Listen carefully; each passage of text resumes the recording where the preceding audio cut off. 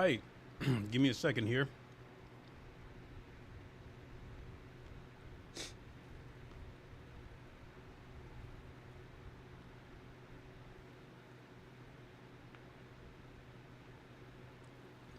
Just trying to go through the normal checks.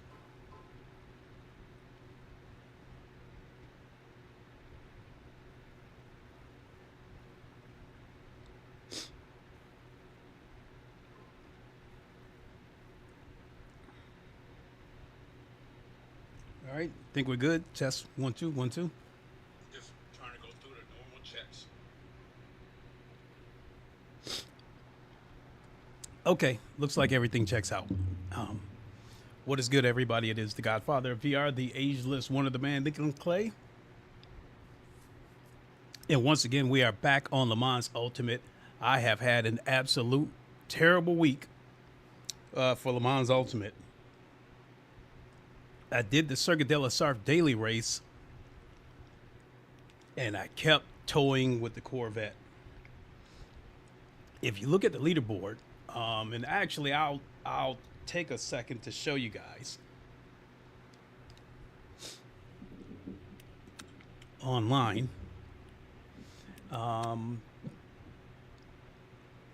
This particular daily race right here that starts in 5 minutes, which I'm not going to do. If you look at the leaderboard, 2 out of the 3 fastest cars were Corvettes. I tinkered around with the Corvette, and I actually turned in my fastest lap with the Corvette. I did a 403 flat.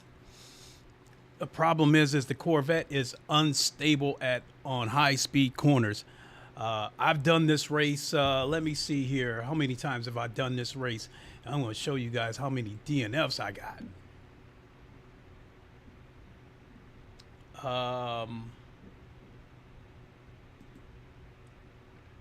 Profile, teams, liveries, settings, online, event history. Here we go.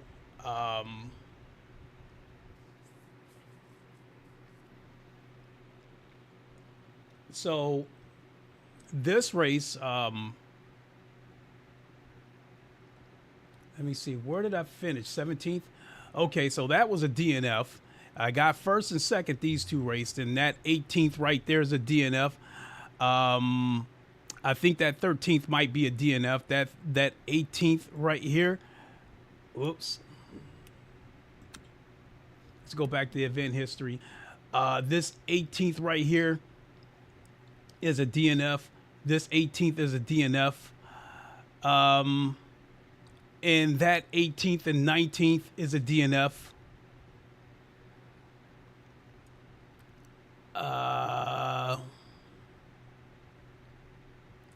So yeah, but the Circuit de la Sarthe ones, looking at that, I've done 1 2 3 4 5 6 7 races at Circuit de la Sarthe.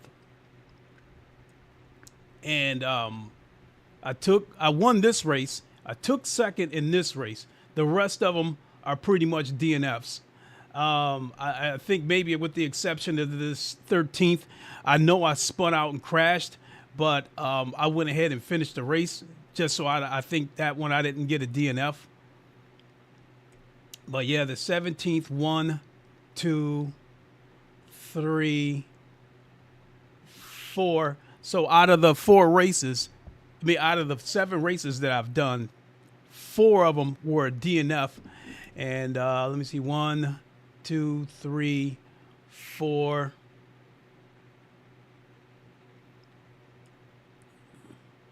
Now I've used the Corvette 4 times. It has proven to be a high risk, high reward car.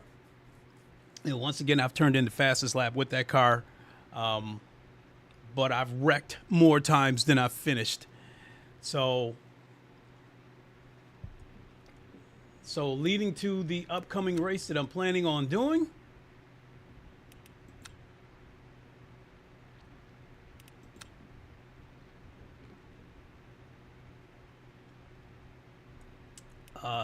This upcoming race right here, this M Sprint Cup, I'm looking to do this race. It starts in 36 minutes. It is a 30-minute race.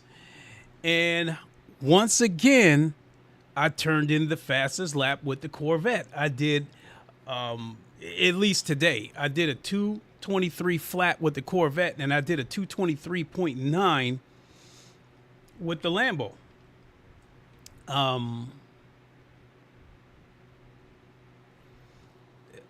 Overall, in the GT3s, the Ferrari would have been the safest bet for me, but I haven't driven it in so long. It's almost like learning to drive a new car again. The Porsche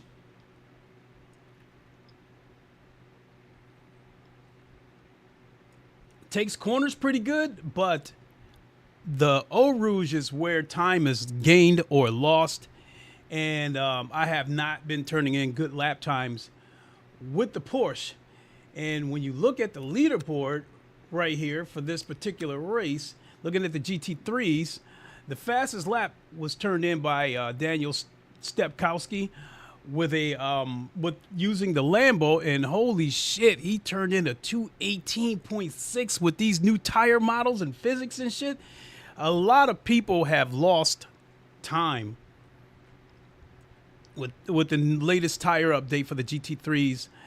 I think the first time I ever jumped into a GT3 on this game on Spa,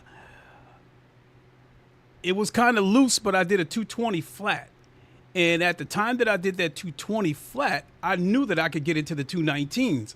But over the months, there had been several updates to the GT3s in this game, the physics, the tire models, what have you. And it has slowed me down, and it's slowed just about everybody else down.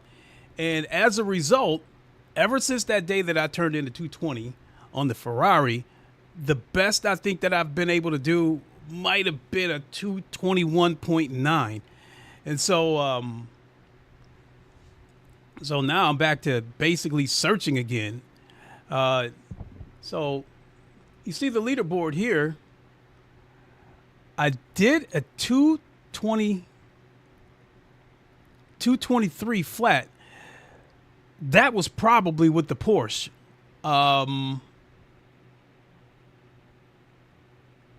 That might be the car that I'm going to have to go with in this race. So I guess I take it back. I thought I did the fastest lap. I thought I turned in with the Corvette today, just a little while ago. So, but I know that the Porsche does not have any straight line speed, whereas the Corvette does. So, but the Corvette is a higher risk.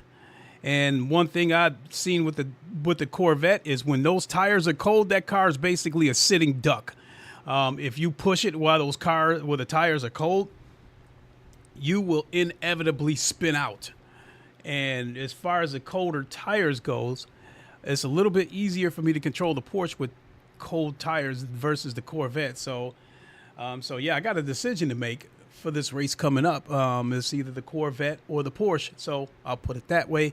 I've turned in the two fastest laps with the Corvette and the Porsche. Hold on a second, folks.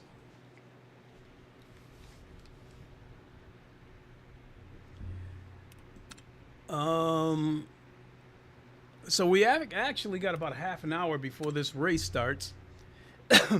So let's do a few practice laps.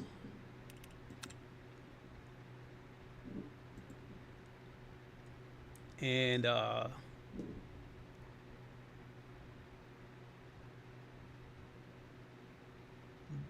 32 minutes doesn't want to seem to let me practice yet. Miguel, Drive S Bad, said, "Hi Lincoln, hope you are well today." Hey Miguel, how's it going? I'm doing well. I've had a horrible week as far as LeMans Ultimate goes. I have lost so much rank. I mean, now I'm in the middle of Bronze 3, whereas normally I'm always on the border of high bronze or low silver. And I'm usually always in split 1 or split 2, but lately, because of how much rank that I've lost, I've been getting knocked down to split 4s and split 5s.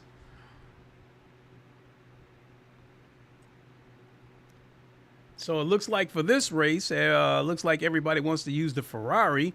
I mean, as far as my history goes, the Ferrari would probably be the safest car for me to use, but I haven't really put any serious time in the Ferrari in so long. It would be risky to do it in this race, and I haven't put in serious time. I would probably say that as much as I've been crashing with the Corvette lately, I put in the most time with the Corvette in the Porsche. So for this race, it's either going to be the Corvette, which is high risk, or the Porsche. And both of them have their trade-offs. Again, with the Porsche, it doesn't have any straight line speed, but I think it takes corners a little bit better than the Corvette. In the case of the Corvette, as I said before, when those tires are cold, that Corvette is a sitting duck. It's almost like putting the car in neutral and coasting it through corners. If you get on that throttle just the slightest, you're going to lose that car until the tires warm up. So there's probably going to be a lot of people taking advantage of me if I take the Corvette on the first lap. Miguel, Drive S bad, said, I can't even get a LeMans lap in the Corvette. Car is so twitchy. That's what's been happening to me this whole week. Every race that I've used the Corvette for LeMans, I have crashed. But on the flip side of that, I have turned in the fastest lap with the Corvette. I have done a 403 flat with the Corvette, whereas the other cars, I've done 405s. So high risk, high reward.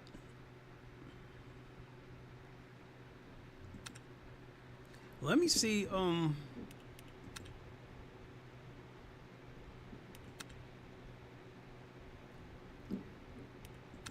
Is there a practice lobby open yet?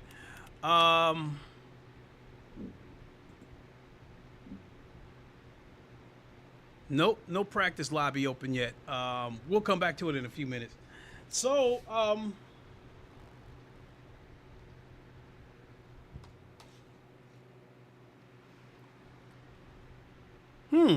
I'm actually curious about something.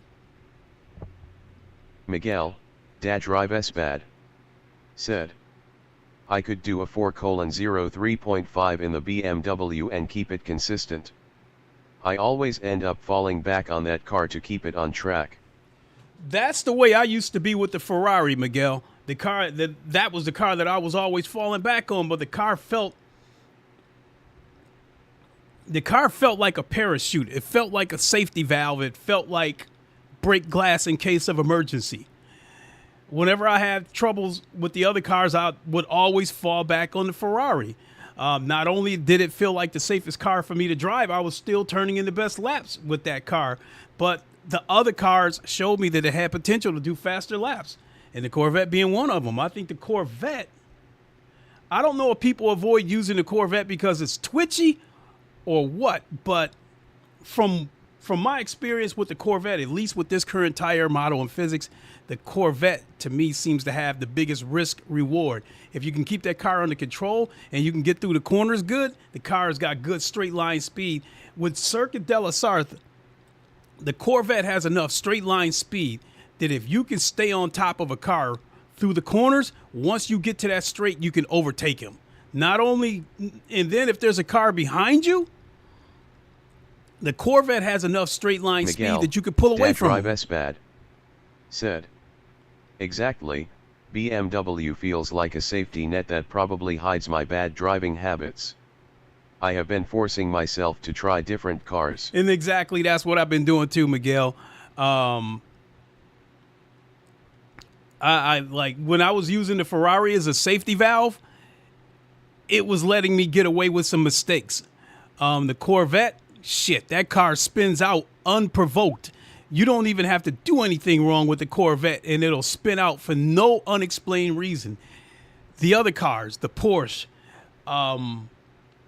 the Ferrari, whatever, whenever I spin out in one of those cars, I know why it happened. I know that I did something to provoke it. I got too greedy, or I didn't stay on the racing line, what have you. But whenever I spin out one of those cars, I know why it happened. The Corvette is the one car that when I spin out, I don't know why it happened. It can happen even when I'm on the racing line. And it happens so quickly that you just don't have time to catch it. And especially on these high-speed corners. So that's where I'm at with that. So let's take a quick minute to talk about the VR landscape. You know, the news with several racing games, starting with Forza.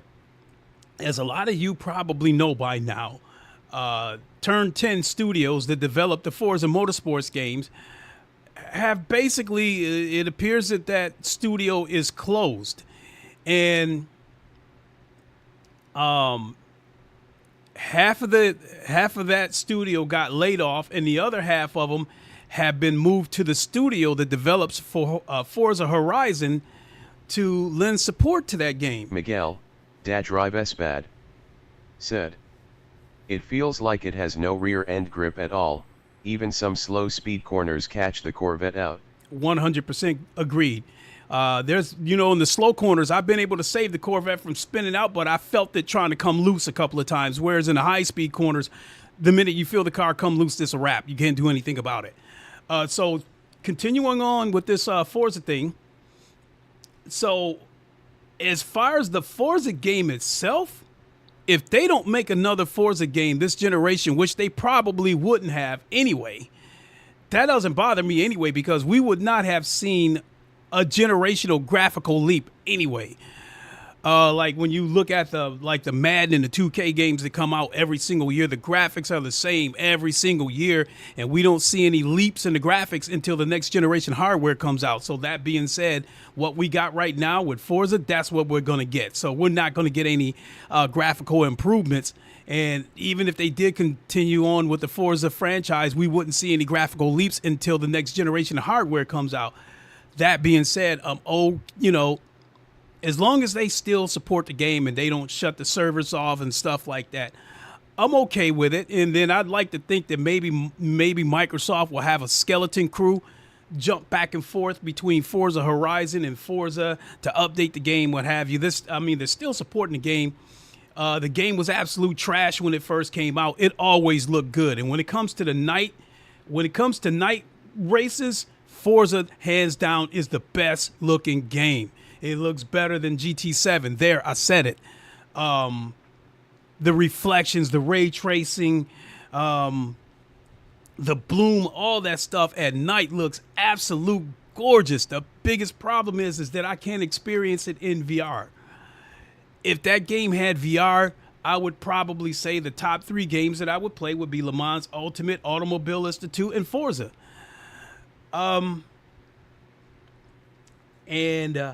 The physics were giving me a really hard time when the game first came out. I had to figure out how to set it, and they made it overly complicated, how to calibrate the wheel and all that kind of stuff. So by the time I figured it out, and I can drive the cars smoothly, but I'm not fast. Like I'm doing 229s on Spa with the GT3 cars. So it's absolutely terrible, but it's still a good-looking game. As far as the environment goes, the tracks, it looks better than GT7. As far as the car model goes, GT7 has a little bit better-looking car models. But Forza has way more daily races. They've got a ton of daily races. And so I think because of that, I do believe that Forza is a better game than GT7. So yeah, you know, as long as the game stays around for a few more years, my guess is that as the licenses expires for the tracks and cars and stuff like that, my guess is that the game is probably going to shut down in a couple of years, you know, another 2 to 4 years, what have you. So get your time in with that game while you can. Moving on to the next subject. That would be that Rensport, I believe it's supposed to be coming to console in September, and it's supposed to be crossplay with PC. I do not think that the VR will be active when that happens, and they haven't, you know, and I don't really pay that much attention to Rensport because I'm not exactly happy with that game right now. I wasn't happy how the game didn't have First, it didn't have VR. They said the VR wouldn't be ready for a while, but lo and behold, when the Nürburgring DLC came out, all of a sudden we got VR. And then, so I paid for the DLC, and then sometime after that, the VR was taken away again. And I said something to those guys on Twitter. They gave me a bunch of, somebody that was like, in my opinion, white knighting for them, was making a bunch of excuses. But in any case, point that I'm bringing up is that when it comes to console and it finally gets VR support on PC, I'm wondering if it will get VR support on PSVR 2. They've made no mention of it, but what made me bring that up is because the developer is going on to the next subject, segueing into the next subject. Kunos, the developers of a set, of course, of EVO, I believe they were asked about whether the game would get PSVR 2 support when it comes to console. It currently does have VR support on PC. It does run a little bit twitchy, and the game in VR looked absolutely horrible in the beginning. It looks a lot better now, and it ran absolutely terrible in the beginning as far as VR goes in the beginning, but it does run a lot better now. It's not buttery smooth, but it's a lot better than what it was. They were asked whether the game would get PSVR 2 support, and they said that they were looking into it. And the way I interpret that is that when they say that they're looking into it, I'm thinking this comes down to one of two things that they are looking into: whether it would run on PSVR 2, which I'm thinking it probably would. The question is how good would it look because of the reprojection? And I think the other issue would probably be whether or not Sony would let them put the game on PSVR 2, because I've stated more times than I can count that I think Sony would not let any other AAA racing games on the PSVR 2 because they would be a threat to the absurd microtransactions on GT7. And if you have too many racing games with PSVR 2 support, that is going to make the user base on GT7 spread out and go to other games. Therefore, they're not pulling in as much money with the microtransactions. So I think this was a ploy by Sony, even though they claim to encourage publishers to make hybrid games. They, from my viewpoint on the outside looking in, I'm getting the impression that up until now they weren't letting any other AAA games onto the PSVR 2 platform, and I think that segues into the final topic that I can think of offhand that I wanted to talk about, and that is, let me see here. Can we get into a session yet? Can we get into a practice session? Starts in 19 minutes. And that, yes, it does look like I can join a practice. Let's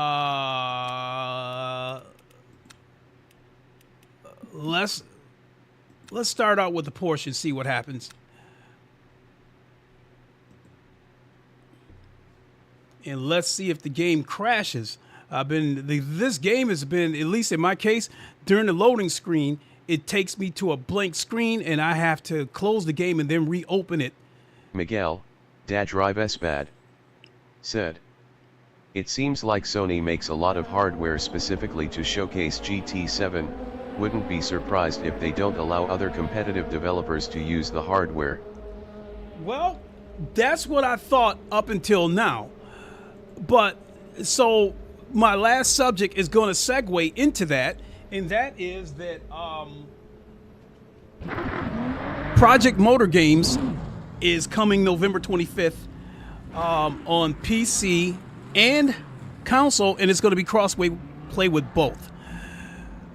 VR for PC is going to come at a later date, but they were also asked about whether the game would get PSVR 2 support, and they said that yes, the game would get VR support on both console and PSVR 2.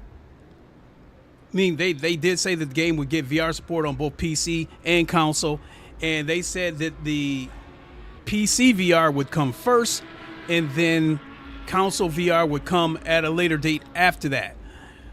So that basically confirms that it is going to get support on PSVR 2. My question is why has Sony finally relented and let someone else put a AAA racing game onto PSVR 2? I think it could be because maybe the user base, they may be losing some of the user base on GT7, and they probably think that maybe it's time to go ahead and let some other games on and basically collect their 30% royalty off of those games, because when new racing games come to PS5, they're going to sell, because a lot of people have been saying they want more racing games on the PS5, and more people for PSVR 2 have definitely been screaming that they want more AAA racing games. It's now 34 Celsius. So give me a second, folks.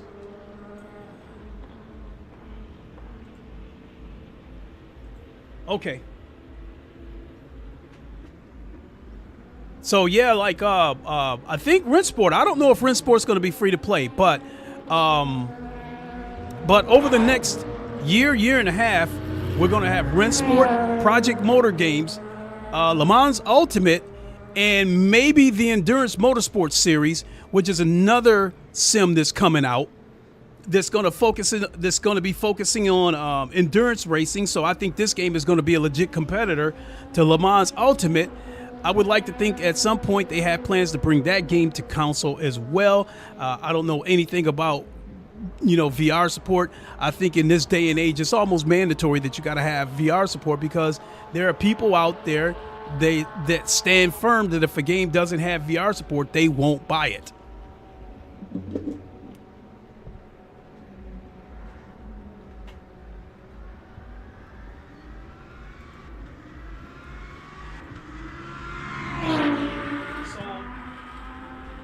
So that would be another game. I would like to think the VR support is planned, but would it come to PSVR 2? I think another reason why Sony may have relented and could be letting other games onto the PSVR 2 platform is because that we're nearing the end of the generation. People are speculating that the PS6 will come out in 2027, 2028. If that's the case, we only got 2 or 3 years left of of PS5. So maybe this is a thing where Sony is like, Polyphony Digital have moved on to Gran Turismo 8. Sony themselves have moved on to PlayStation 6. And so maybe because we're near the end of the generation, that could be Sony finally saying, okay, they're opening the door and like, okay, you guys can come on in. I mean, we're about to get out of here soon anyway, so you guys can come on in. That's another possibility. But I think as far as PS6 goes, relative to VR, I do not think there will be a PSVR 3. However, I do think that Sony will make PSVR 2 forward compatible and usable with PS6. Because truthfully speaking, they really don't need to make another. Headset. PSVR 2, even though it has Fresnel lenses, when you're playing a game that has a native frame rate, it still looks good. It still has a sharp picture. So, all right, let's get in here and do a couple of laps. We've got 10 minutes.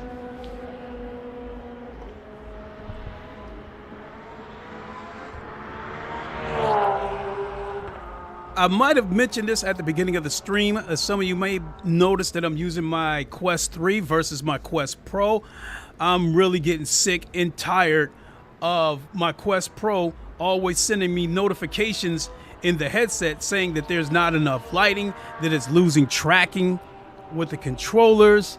Controllers can't be found. Controllers not active, long press, all this shit. And it's really getting on my nerves. And sometimes those notifications affects the performance of the Quest Pro. Sometimes it throws the view off center, and I have to recenter it. And sometimes it causes a huge glitch and a major drop in frame rates.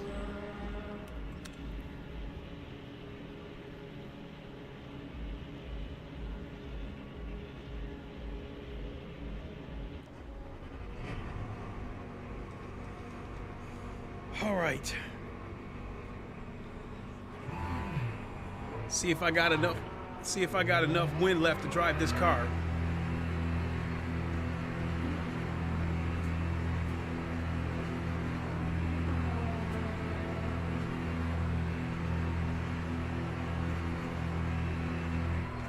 Cockpit exit looks clear. Your brakes are cold. Take it easy.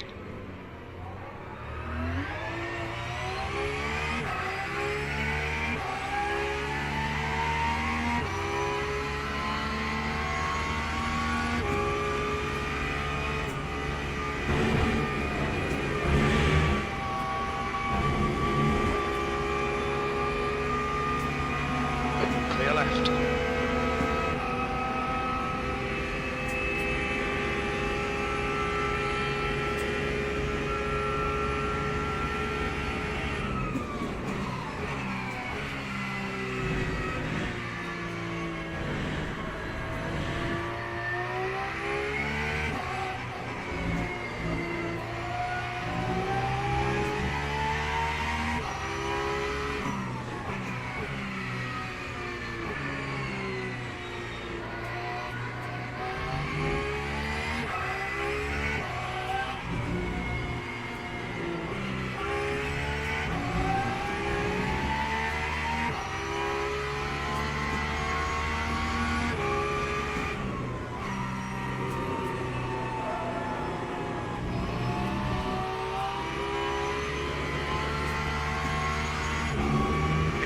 Sector 3. Sector 3 is yellow. The leader has just done a 221.41. Green flag Sector 3.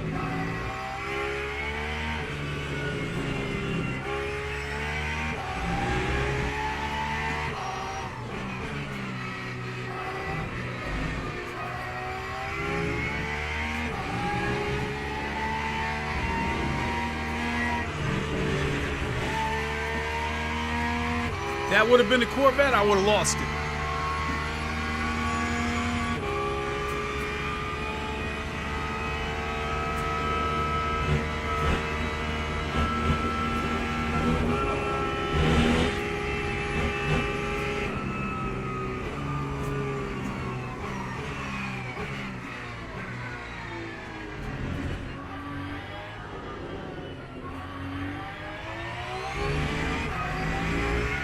Sector 1, yellow flag. Incident in Sector 3. Sector 3 is yellow. Green flag in Sector 1. E7.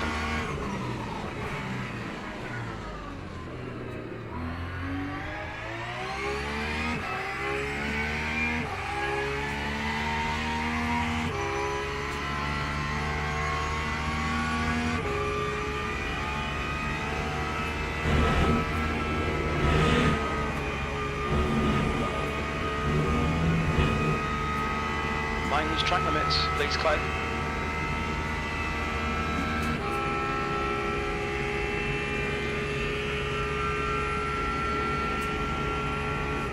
Sector 3 is clear. Blue flag. There's a group of faster cars bearing down on you. Right side's clear. Clear right, car right, clear right. Clear right.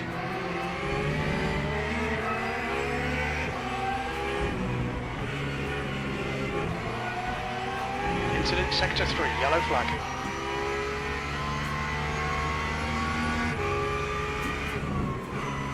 Sector 3 is green.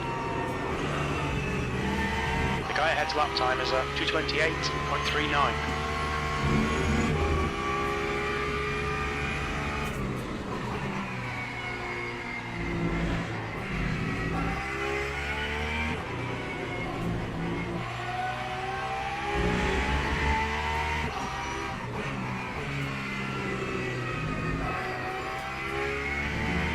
Yellow flag in Sector 2.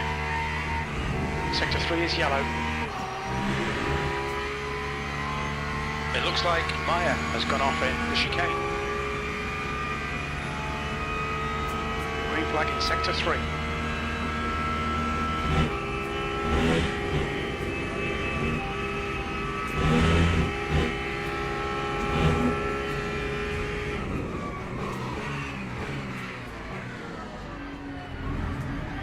That's 5 minutes to go, 5 minutes.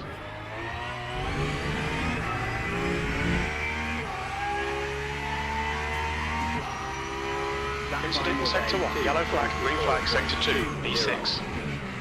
We think that science has gone off.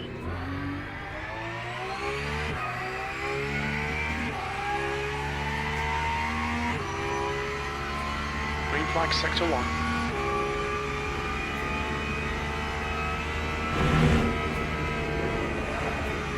Flag limits.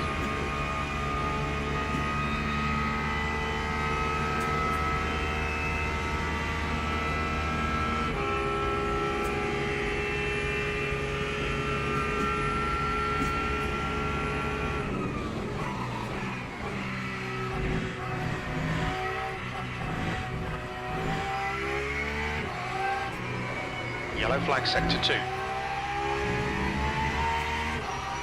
We think that Maya has stacked it in turn 11.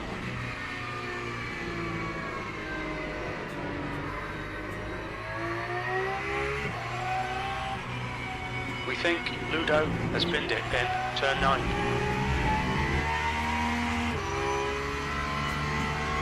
Sector 2 is clear.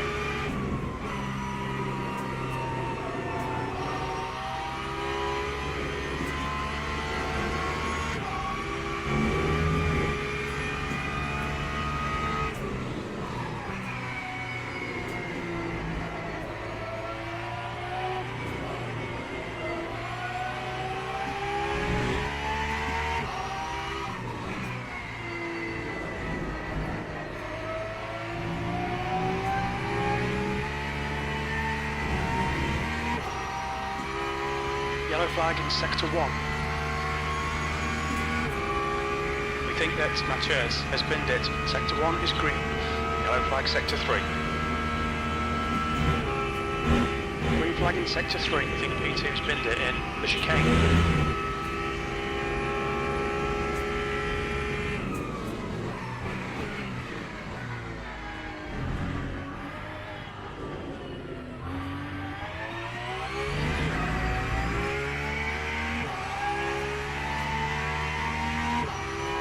Lap 2:22.91.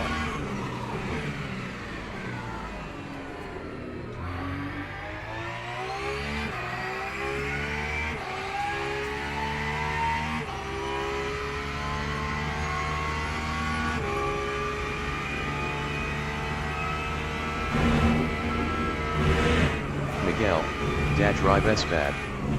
Said. Okay, Clay. Seems like both classes of Ferraris are struggling at Just 2 minutes Interlagos left, today. 2 minutes to go. I haven't had a chance to check out the real race, but being that it's a That's the 6-hour end of the race, session, P3. I will be able to jump in and catch the race at some point. But why? I don't know. Unless the WEC hit the Ferrari hypercars with a serious BOP, you add ballast to the car, whatever the case may be.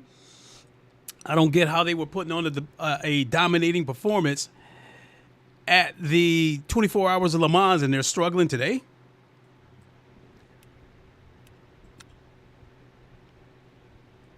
So it's decided. I think I'm going to go with the Porsche for this race. There's only 3 minutes until it starts.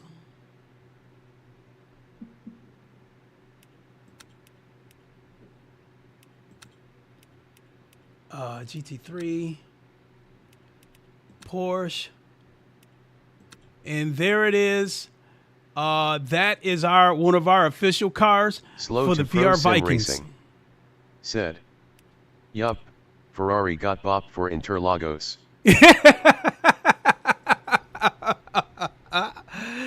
Well, they won the big one, the 24 Hours Le Mans, and wouldn't you know it, that a privateer won the race. It was with a Ferrari, no less though.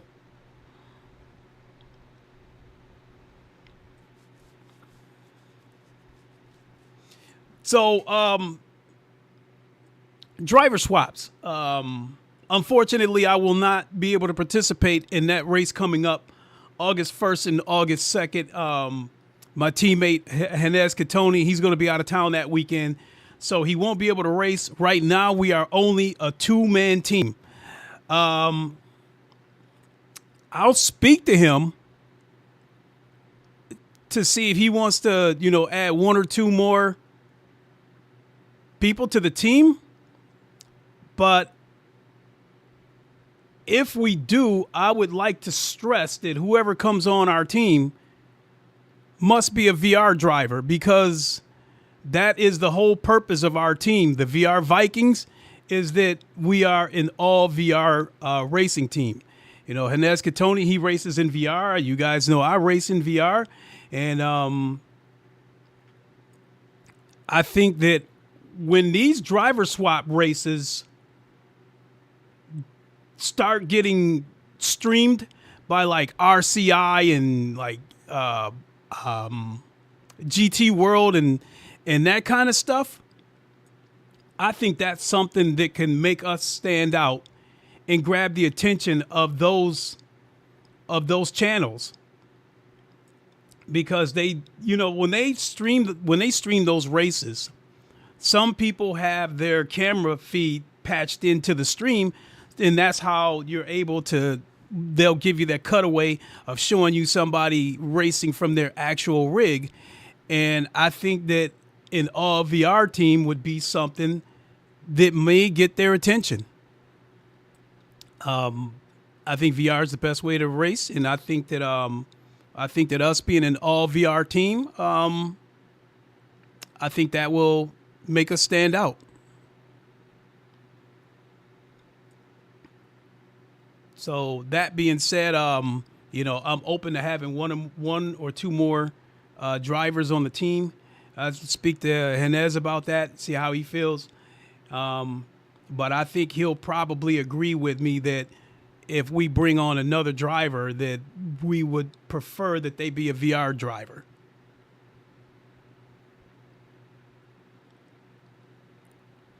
Event starts in 1 minute. I have to. LeMans Ultimate has been having a problem with the game like being stuck in a blank screen after loading, and it's been happening to me quite a bit. So I guess when I went to their Discord, they said they've noticed crashes, yada, yada, yada, and they think it could be because of plugins. They're working on a fix, but they think in the meantime, the way to get around that is to disable the plugins. So SimHub in particular. And Slow to Pro Sim Racing said, same here. I there restart the game between every race. There it is right there. This is exactly what I'm talking about. This blank screen, it just sits there, so you have to close the game and restart it. So the plugins don't seem to have anything to do with it.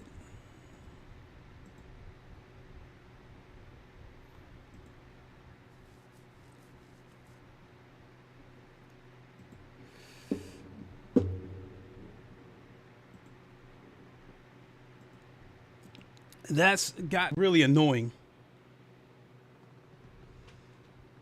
It's gotten annoying, but I'm not going to get mad because I know that the devs have been, you know, working their asses off to address bugs as quickly as possible. And I'm led to believe that the biggest source of these bugs is that this game is, I believe, is still running on the R Factor 2 engine. So it could be a case of Slow to Pro Sim Racing said, it's annoying, but we deal with it because the racing is so good, LOL. I 100% agree.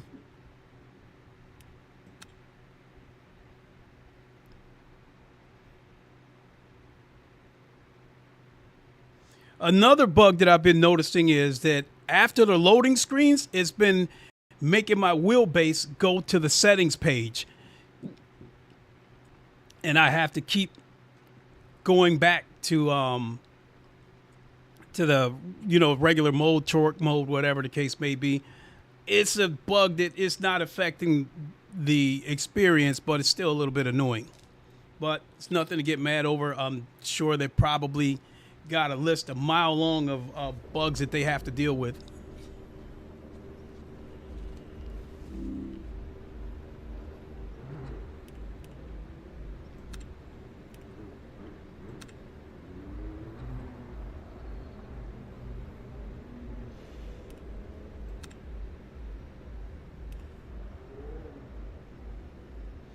You know what? I'm going to meet this thing in the middle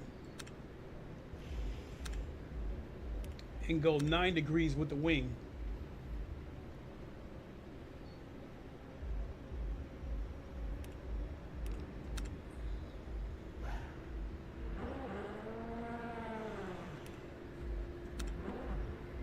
No point in even going out there for practice.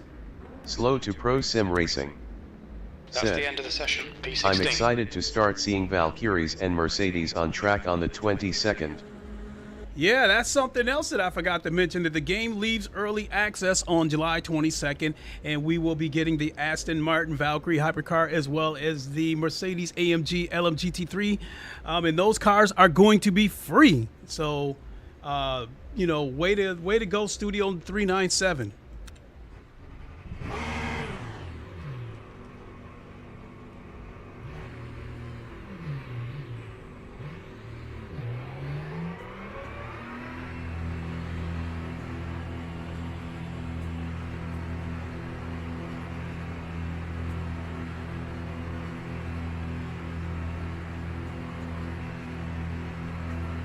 Your exit is clear. Watch the white line. We've got 7 minutes to get the job done.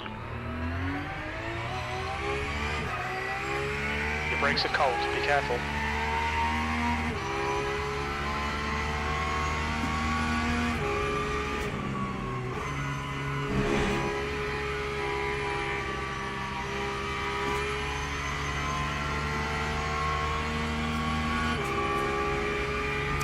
I gotta discipline myself not to go balls out on this out lap because the tires are cold.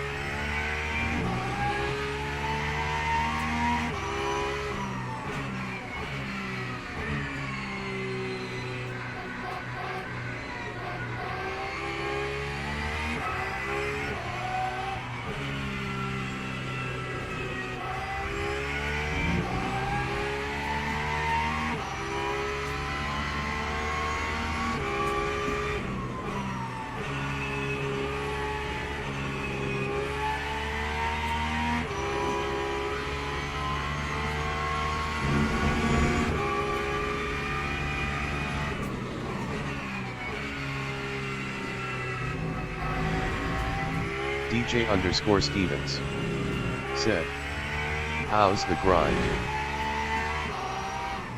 This is my first race of the day, DJ.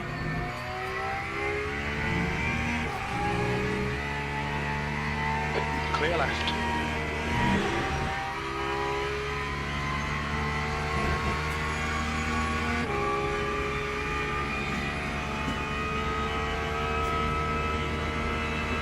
Car left. Clear left.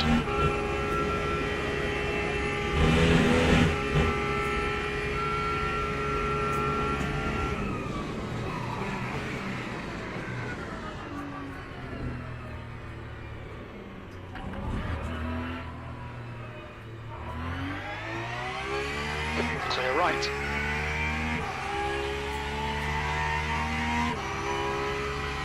E8.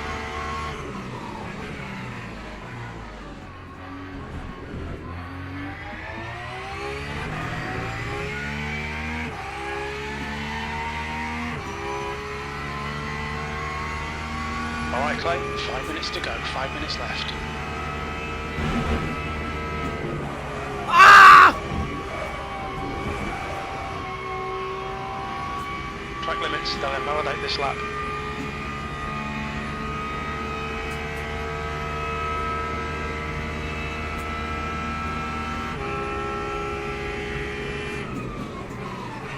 If I was gonna do that shit, I might as well use the Corvette.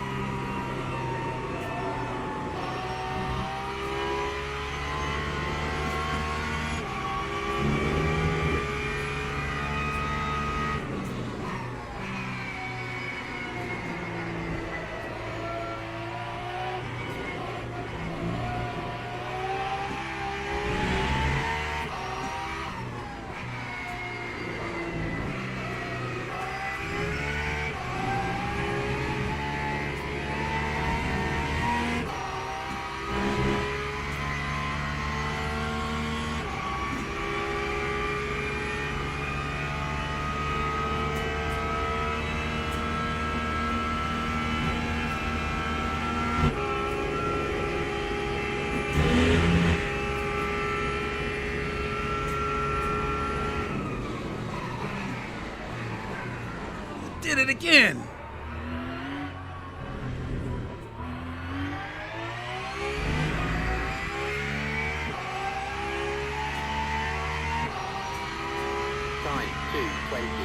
Change position. 7.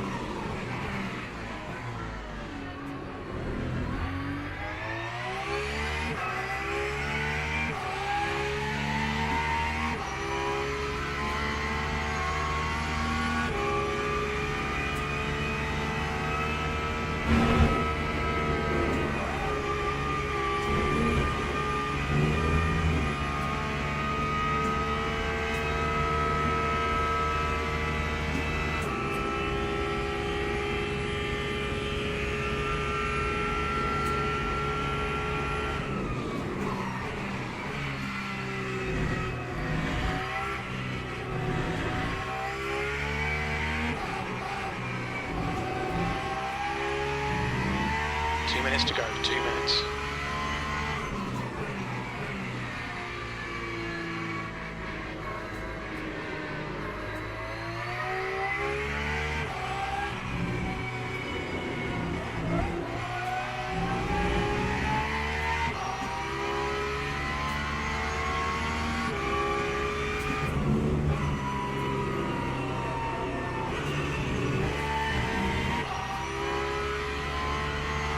Okay, Clay, we need to watch these track limits.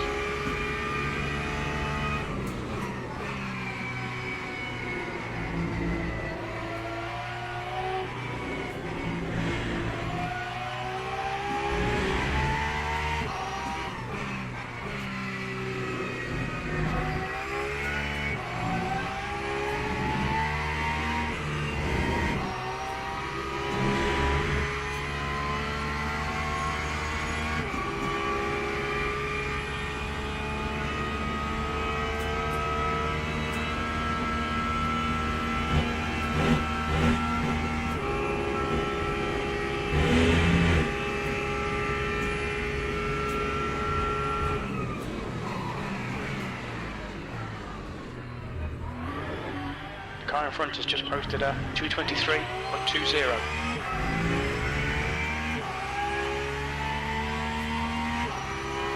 Time 2:23. V2. 1.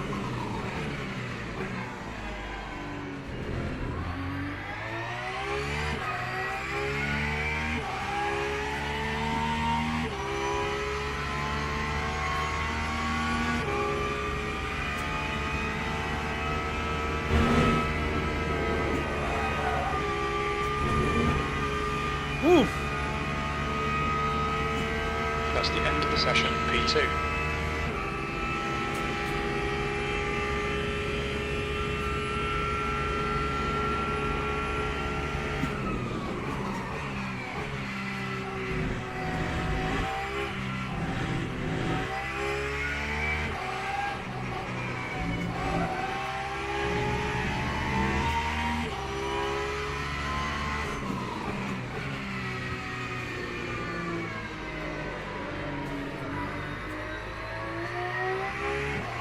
Lost a lot of time right there.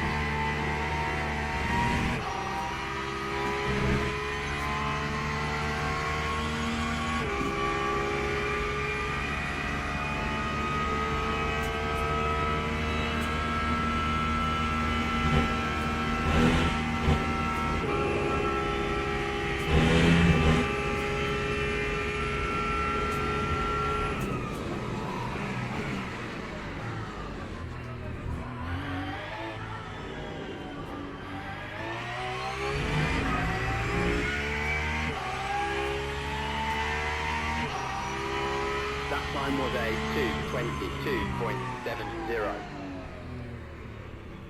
So currently, I'm in 4th. So the bottom line is, if I can do 223s or better, look at this. This is how much rank I have lost. I am in split. Teams and drivers go to the grid for a race start. I am in split 4 of 5.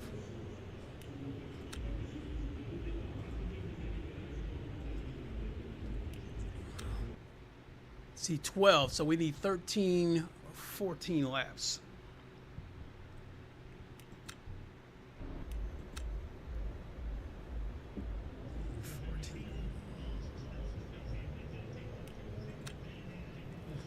.4. So the question is, let me look at my tires.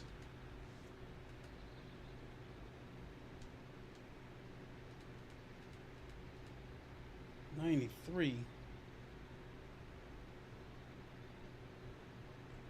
Now, one of the bugs that I've been hearing about is that if you switch up and put new tires on the car, that the new tires have been wearing out faster. So they recommend staying with the old tires, but I don't know about that. I'm gonna roll the dice.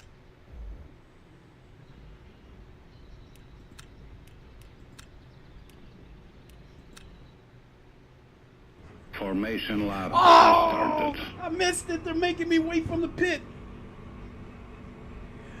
Oh my God, this is gonna be another race where I'm gonna get my back broken because of, oh my God.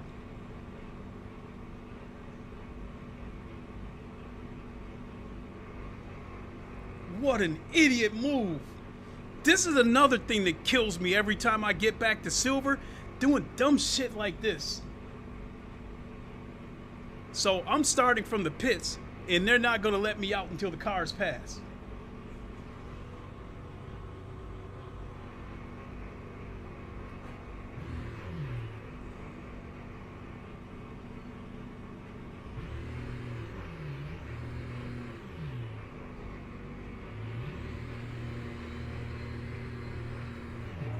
This is another dumb chance that I'm taking.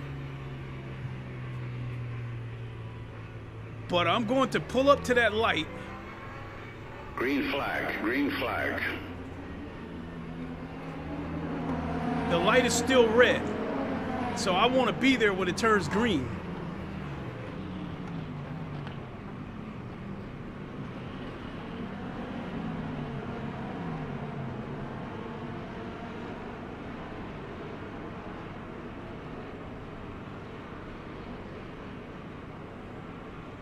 Get your ass moving.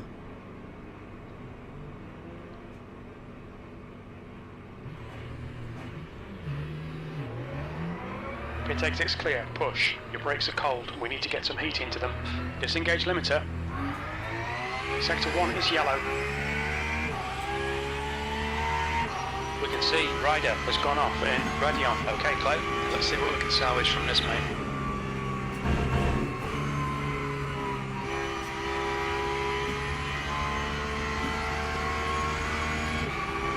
Well, there's one place. That's a freebie.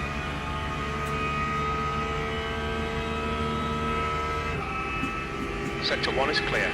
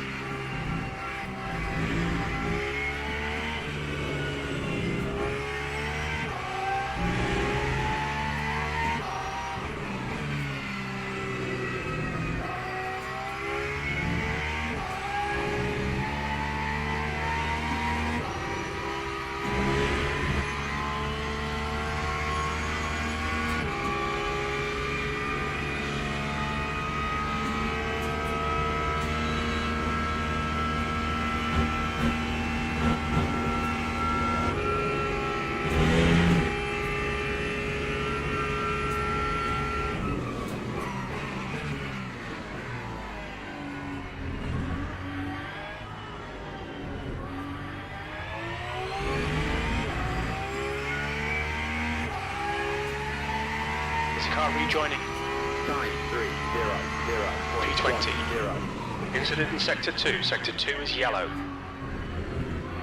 It looks like Lucas has gone off in Le Coupe. Green flag in Sector 2.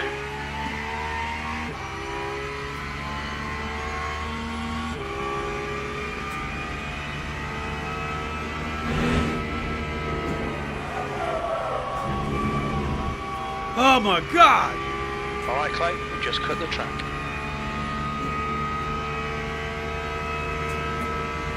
The car in front of us is Miyagi.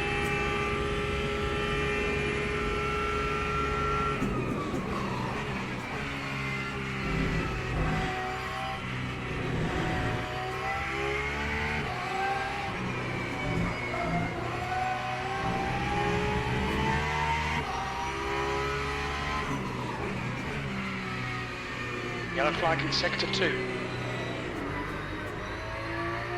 We think Lucas has pinned it in turn 13. Green flag, Sector 2.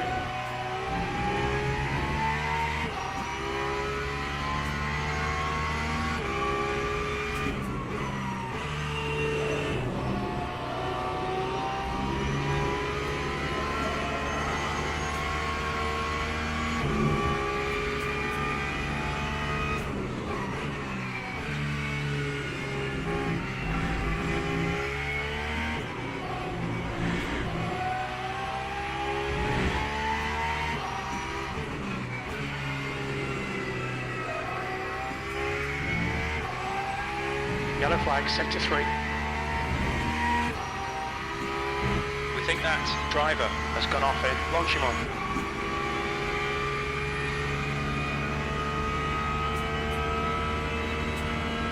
Sector 3 is now clear.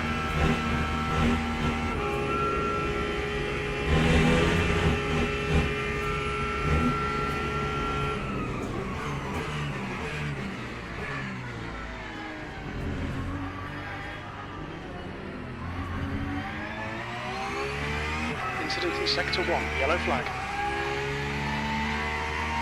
It looks like Ramos has crashed in La Source.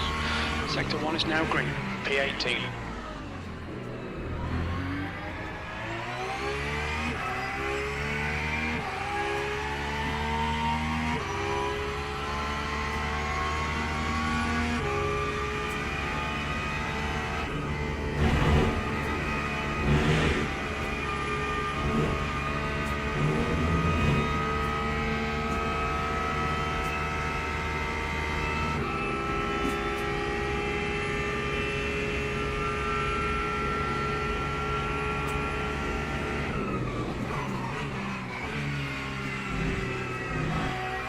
The gap behind is now 0.7. Incident in Sector 2, yellow flag. We think that Dark has stacked it in Stablo. Sector 2 is green.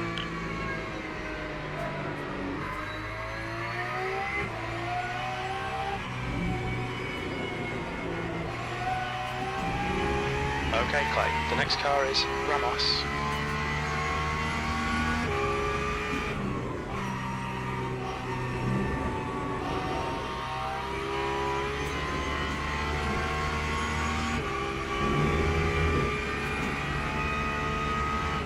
Sector 3 is now yellow.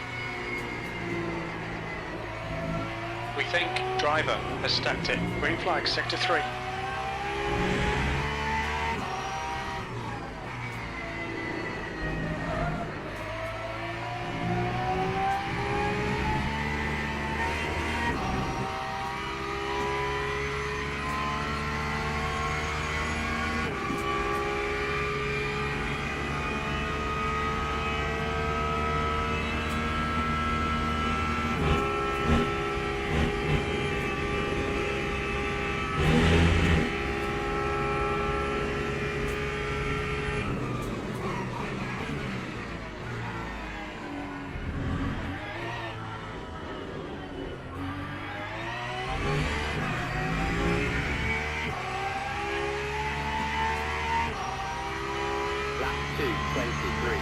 Yellow flag.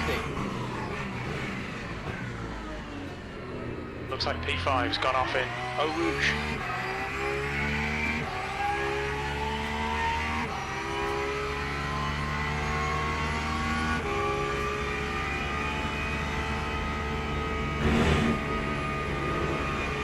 Sector 1 is green.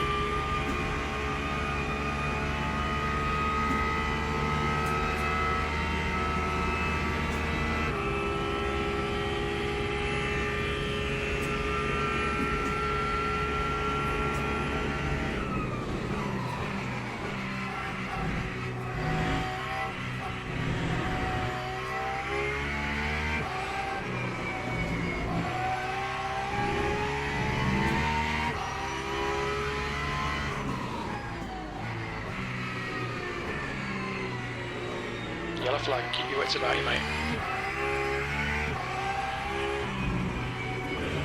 Sector 2 is now green.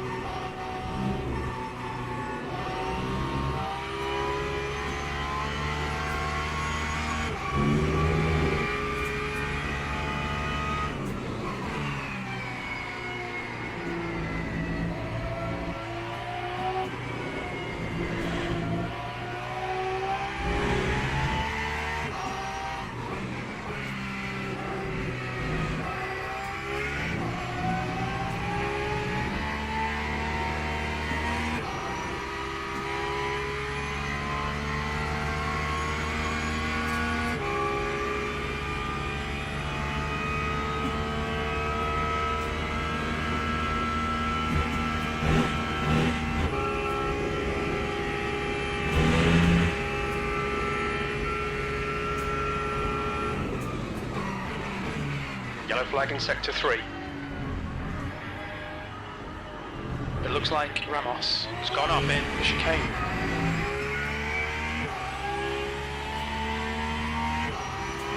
Lap 2, 23.2. 15th place.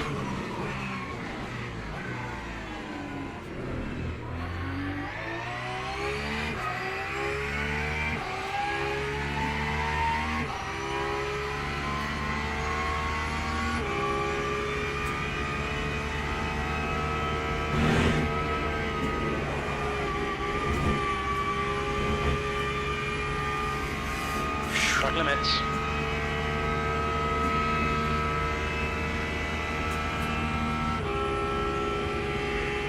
Yellow flag, Sector 2.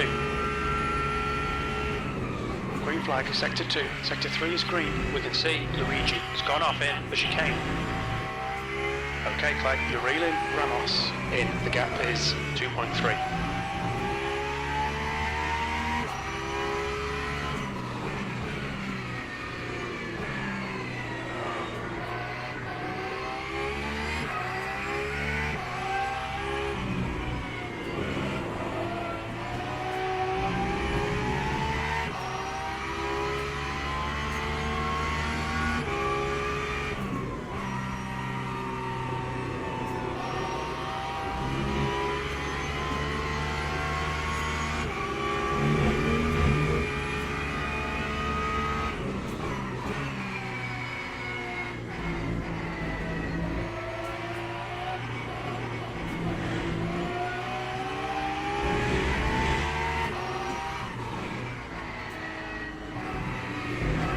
Yellow flag, watch out.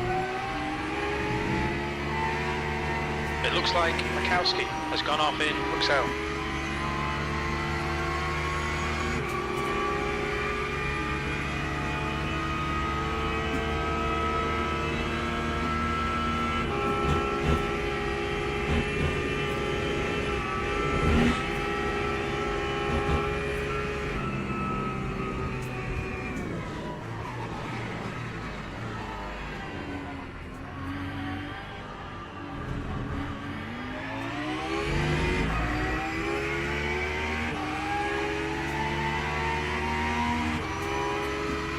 Flagging Sector 2.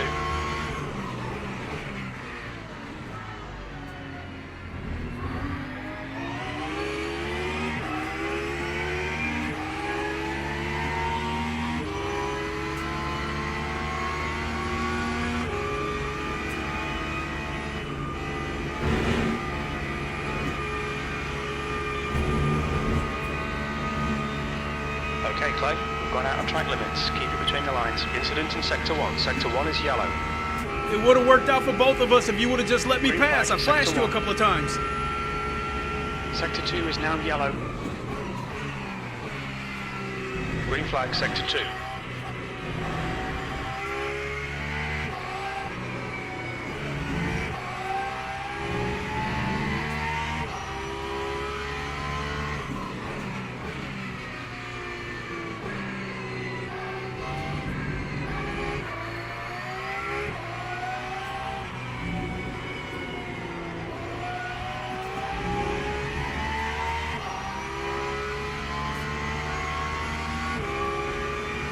Sector 2 is yellow.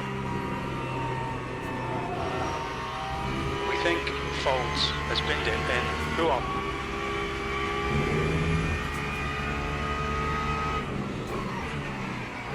Cars are going off the Green track flag in all over the sector two. place.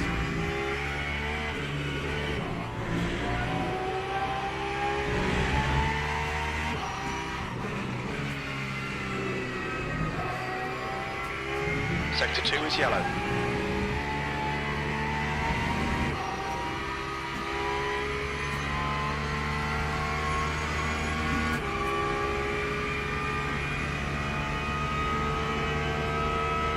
You're reeling V12 in. The gap is now 1.2. They're slow into who on?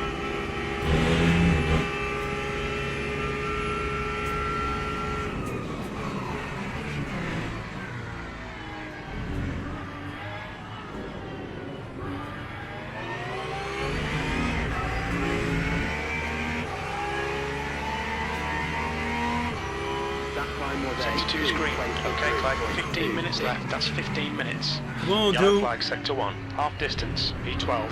Keep it neat and tidy. We still might get something out of this. Green flag, Sector 1.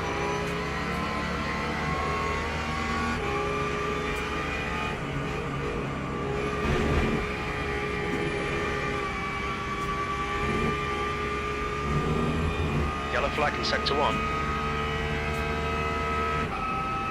We think that Carboni has gone off in La Source.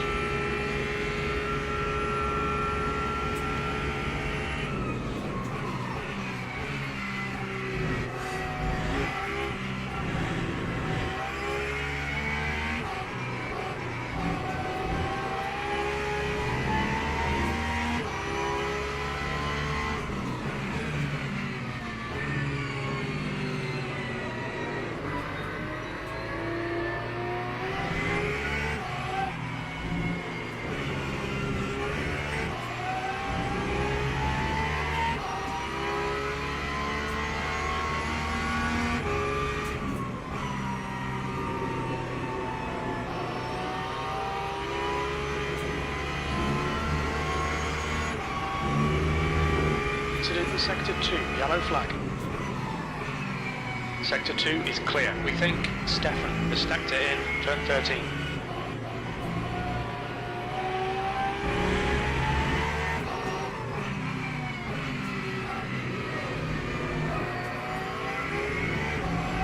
Okay, Clay, stay close. Wait for him to make a mistake. The masterclass cars are catching. Blue flag.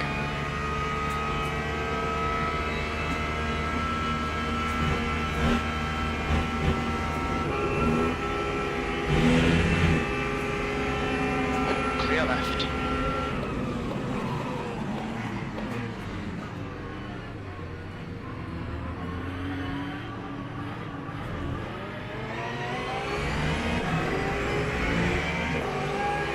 Blue flag.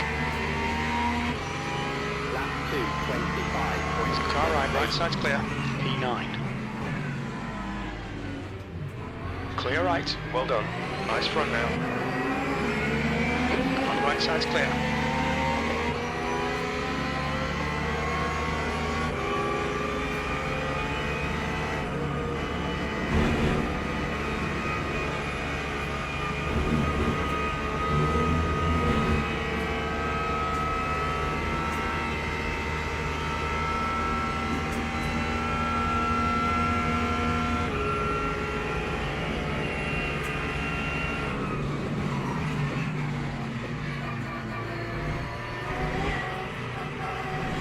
Sector 3 is yellow.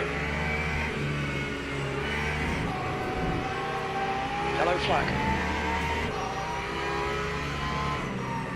We can see Carboni has crashed in Lecoumbe. Sector 2 is now green.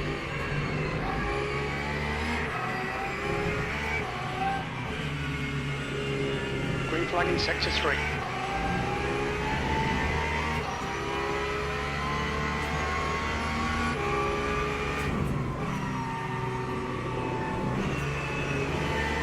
Blue flag. Alright, Clay, there's a faster class car approaching.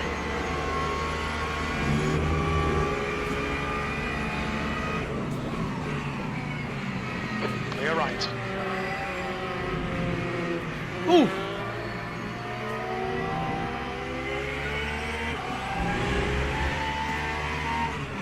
Damn, I was hoping he would let me through. We've seen a little bit of bodywork damage there.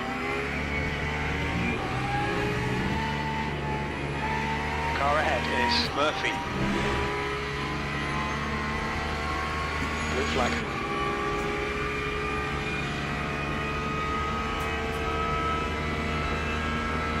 Don't do it, man.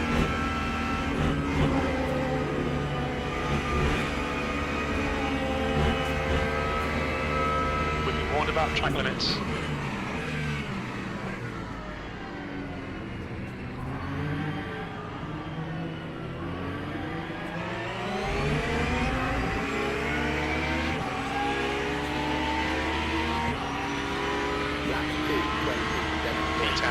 Keep it left, clear left. 10 minutes remaining, 10 minutes. Well done, Clay. Nice move, mate. You've used half your fuel.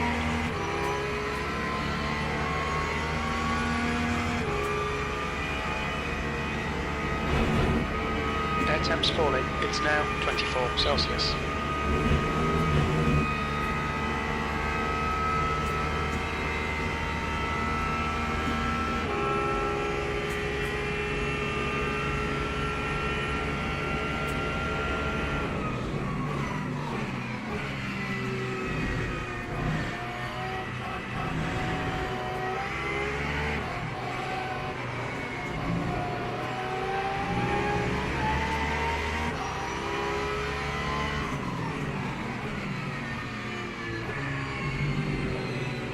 Car behind's a faster class.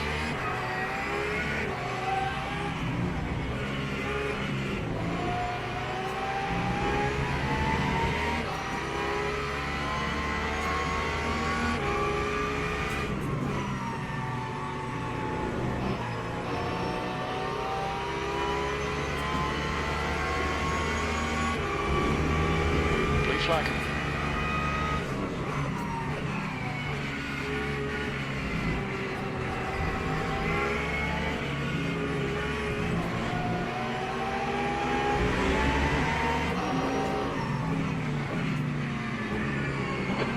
Left.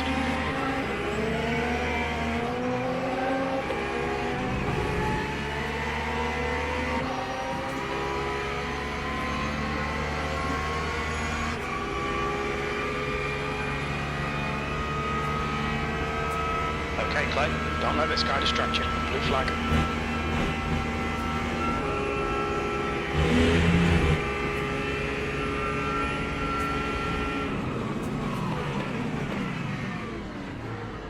There's a faster class car behind. Blue flag.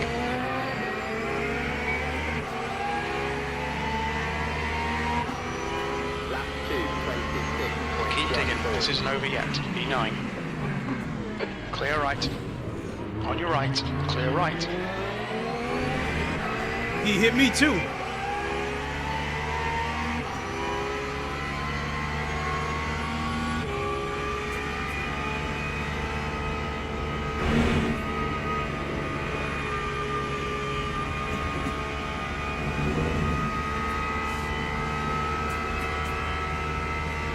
Gap to 8th place. Ahead is increasing. It's now 0.8. Incident in Sector 3. Sector 3 is yellow. With think that Travinsky has gone off in the chicane. Green flag sector 3.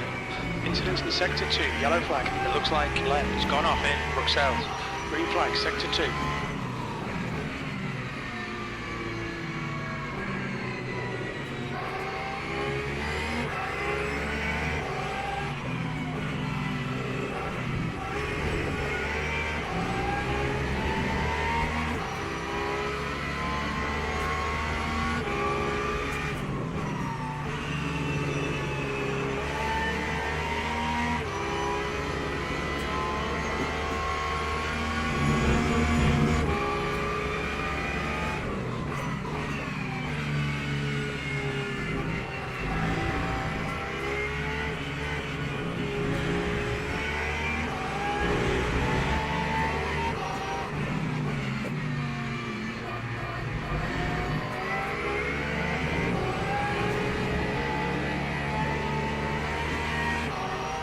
There we go, we got him! Clear left. Well done, fella.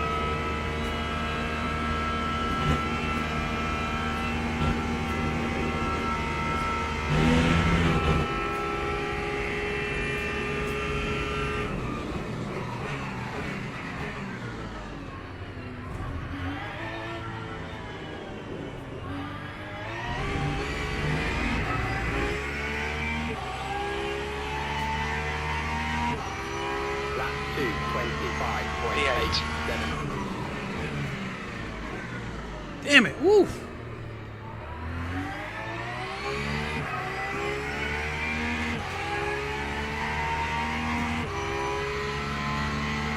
Five minutes remaining, 5 minutes left.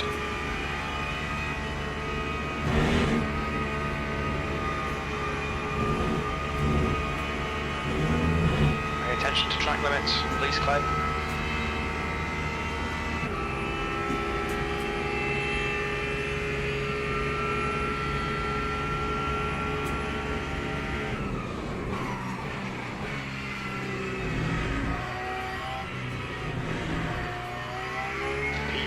It's getting closer. The gap's now 0.7.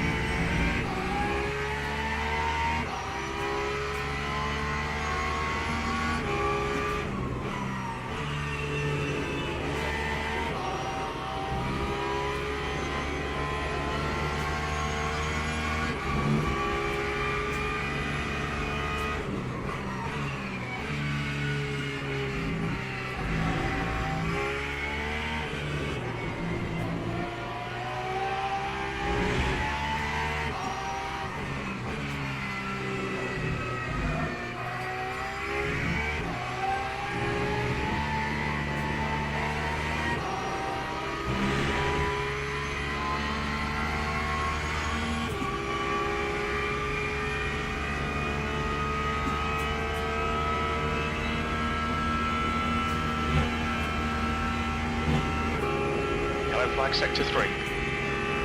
Okay, Clay, the next car is Alden. Sector 3 is now clear. We think that Prevot has binned it in the chicane.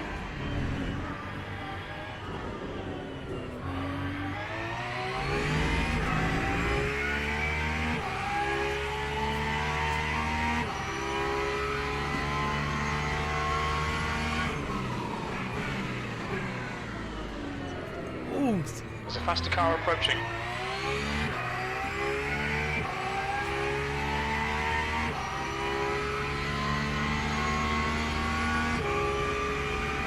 Brakes have turned to absolute shit.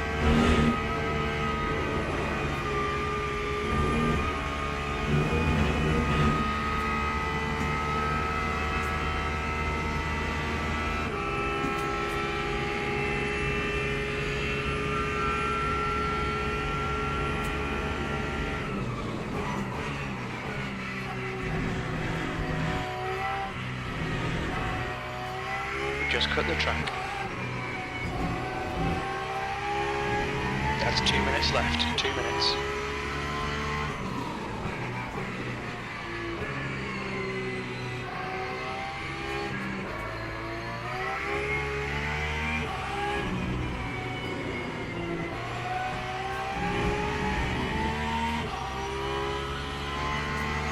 Blue flag.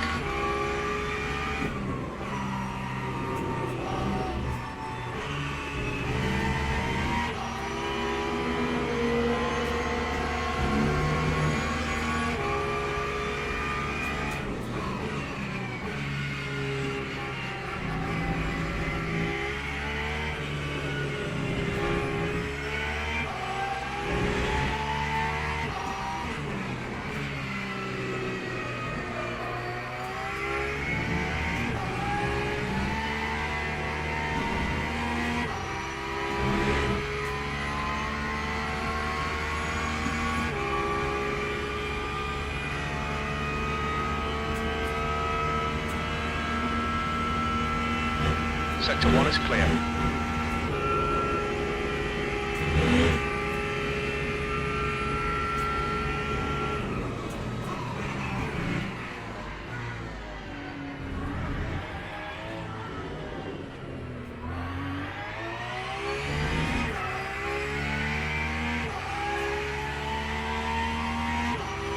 That time was a 2:24.55.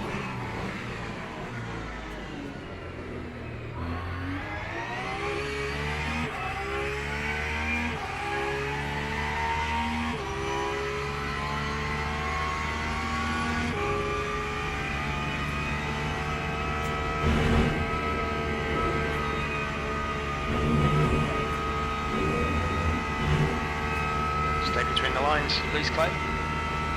You're reeling, P7 in. The gap's now 3.5 seconds.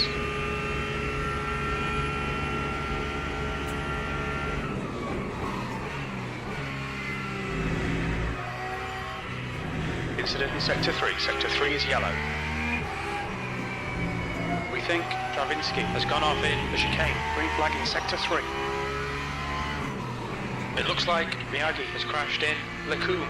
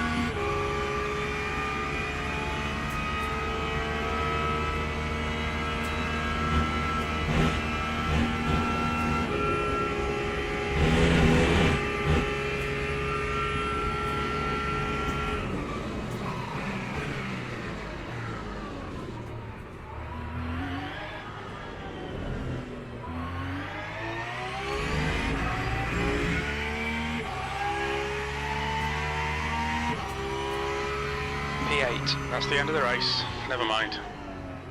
Acknowledged, pit stop requested.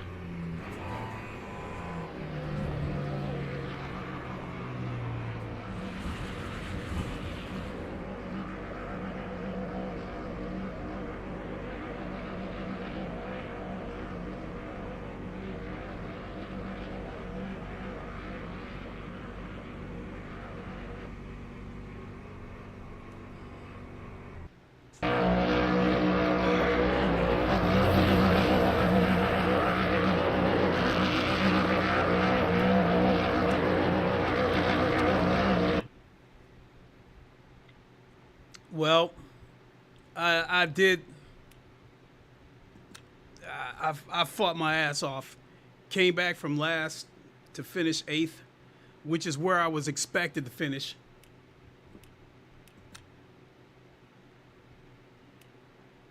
This starts in 10 minutes. I think I will do this one more time. But let's see what we got for rank. Let's see if we got anything or lost anything.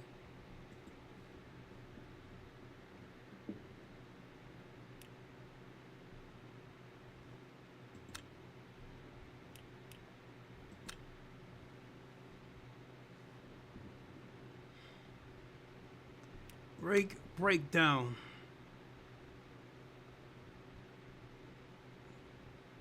Well, 5.1%. If I had not started in the pits, I could have gained significantly more rank. Race results. So the fastest GT3 lap that I'm seeing so far is 221.6 by the leader.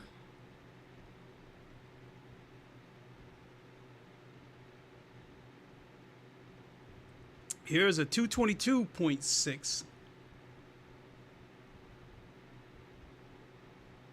222.7. 220, yeah.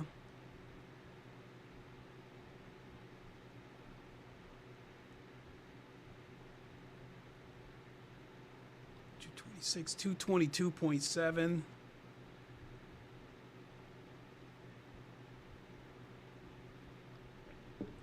So my lap of 223 flat,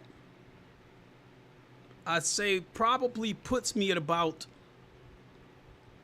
I'm thinking I probably had about the 5th fastest lap. All that being said, if I had not started from the pit and I don't wreck based on these lap times, I finish in the top half. Because I believe I qualified 4th. Let's go back to the rank breakdown again.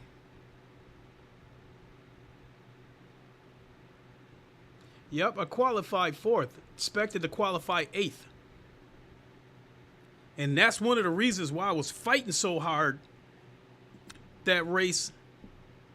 Because at least if I qualified the top half of the results. I qualified higher than expected. And if I could have finished in the top half of the results, that's 3 out of the 4 criteria met. And that would have got me positive rank, even if it would have been minimal.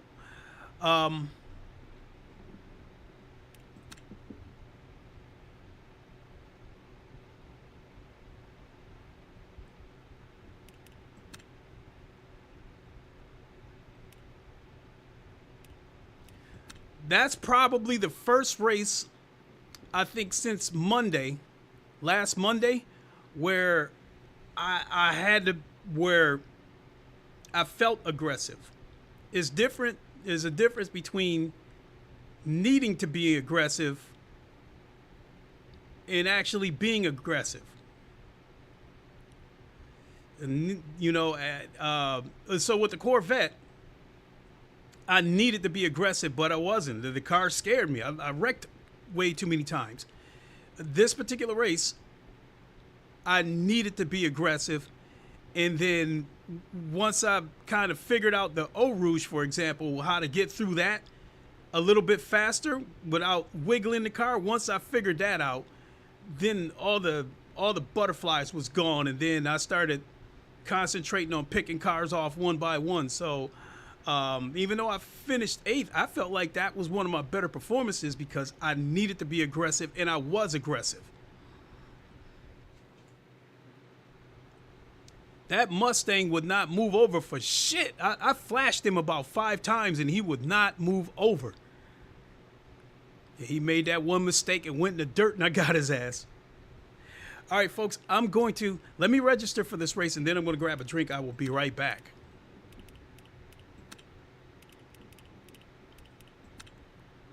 You know what? Let's register for this race, and then I will show you guys the cars that Henez Catoni sent me. Let me see here. Let's go to liveries. And 10 liveries. Create new car, assign the lineup.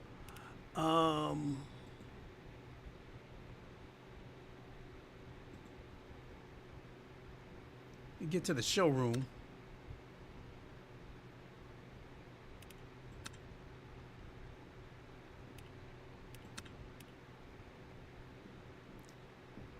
Members, teams.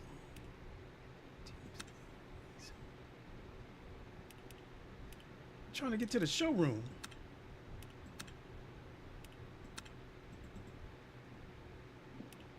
create assign to lineup.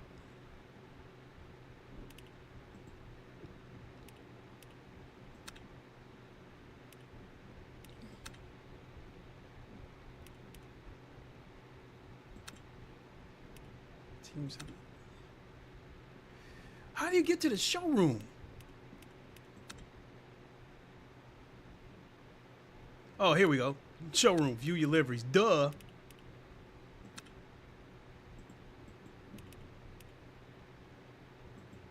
What the hell? View your liveries.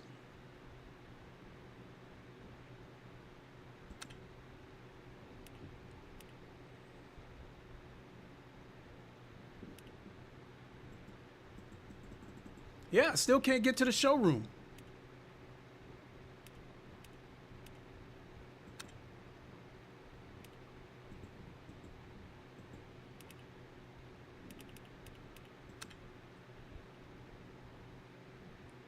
Assign to lineup GT3.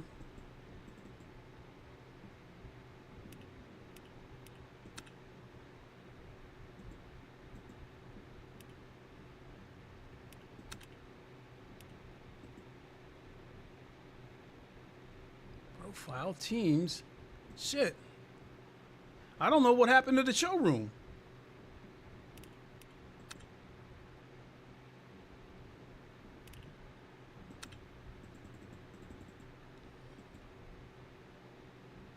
Create new car, delete, assign to lineup.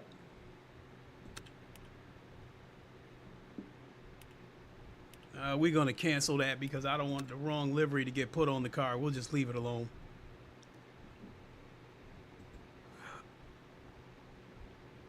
All right, folks, I'm going to grab a quick drink. I will be right back.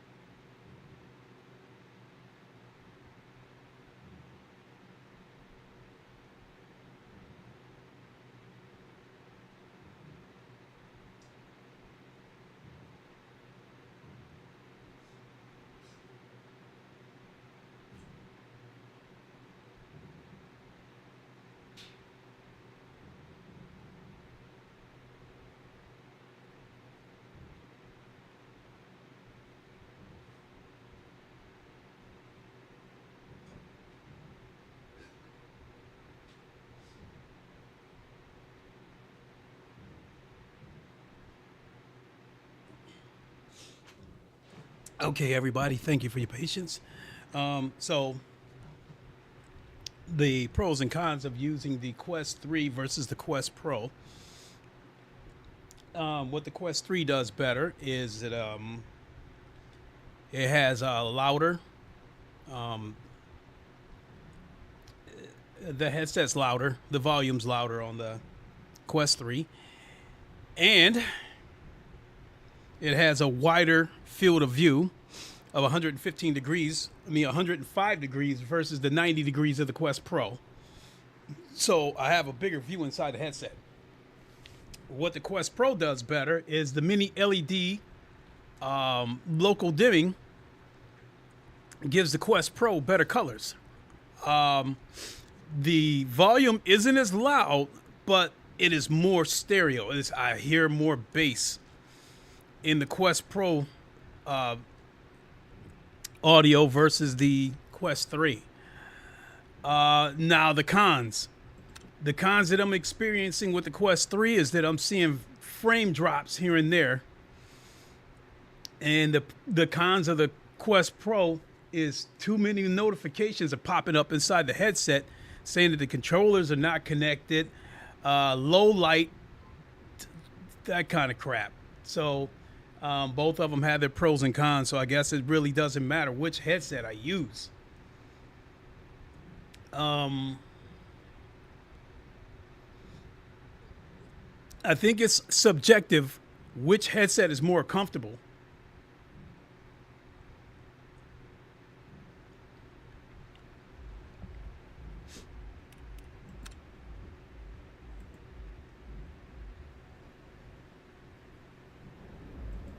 I think for the greater good.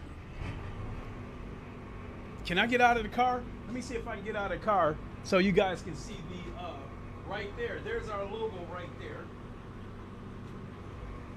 Oh shit. I was trying to show you guys our Viking VR Viking logo. See if I can stand up. So yeah, right there you see it on the corner of the car, the VR Vikings logo. Courtesy of Inez Catoni. Thank you so much, my friend.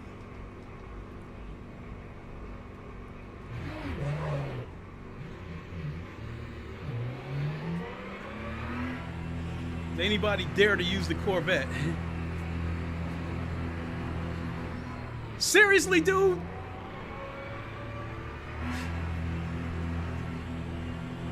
Oh, this is not good. I'm the #1 ranked guy this session. Exit's clear. Stay behind the white line. Limiter's still on. Disengage it. Yellow flag. Caution. The brake temperatures are low. We need to get some heat into them. We think that Tim has gone off in La Source.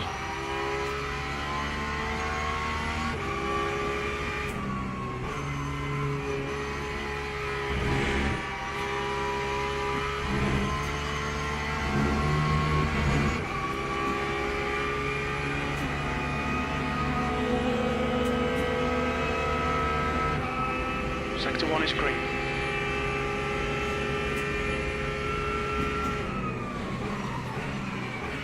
Yellow flag, Sector 2. We think that them has stacked it in. Who on? That's the end of the session. Return to position.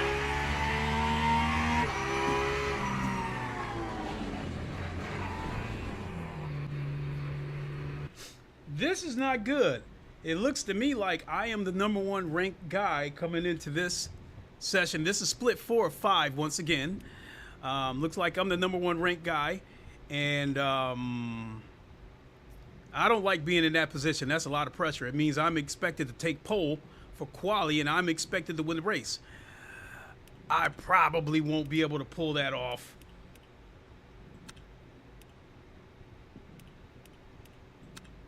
But if I can at least finish in the top 5, if I can quali in the top 5 and finish in the top 5,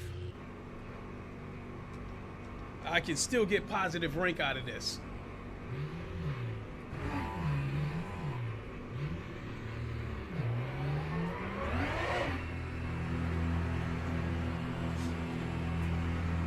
Yeah, I'm the #1 ranked guy.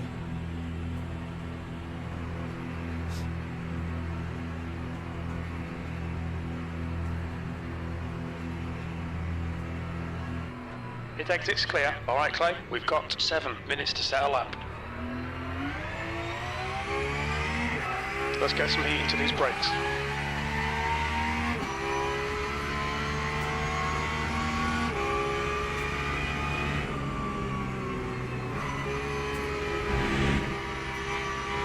The track temperature is increasing. It's now 28 Celsius.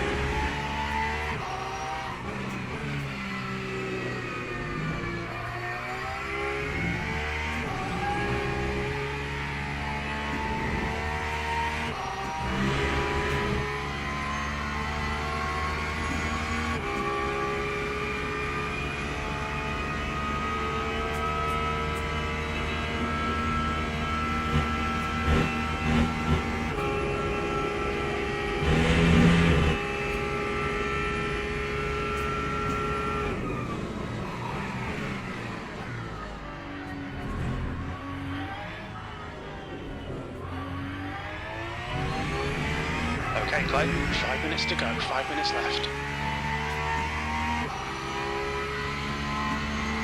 21st.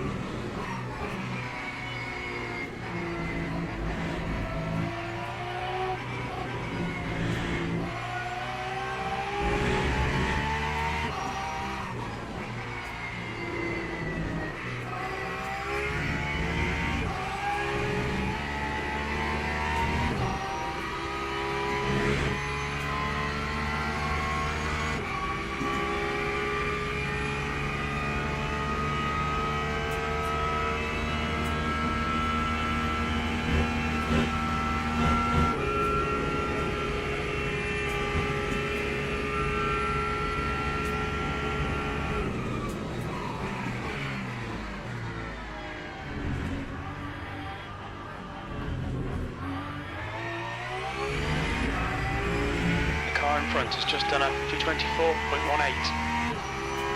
Time 2:23.05. Sector 3 is 0.43 off the pace. Ah!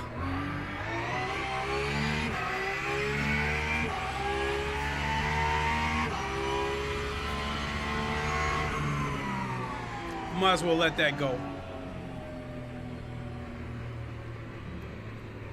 Because this lap is already lost because of how because of the late braking at turn 1. 2 minutes to go, 2 minutes.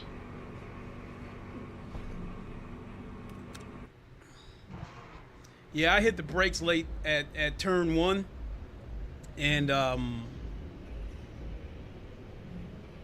it caused me to go wide, and I lost 3/10. Right there, I don't think I would have made it up. And I wouldn't have had enough time to throw that lap away and then do one more. So that's it. That 223 flat is just going to have to stand. As of right now, I'm only like 3/10 off of the leader. But there's still a lot of cars out there that can still outpace us. There's still a lot of cars out there on the track. Let's see here. Who is... Oh, somebody's using the Corvette. Let's watch him.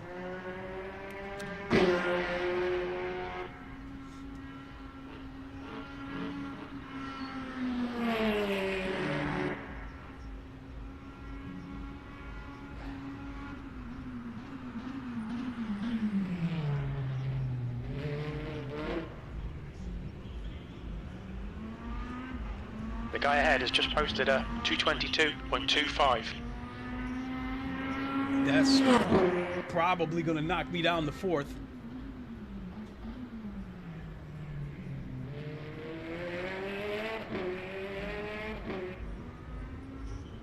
Miguel, Drive S bad, said. The trackside VR views are crazy. Yeah, it is.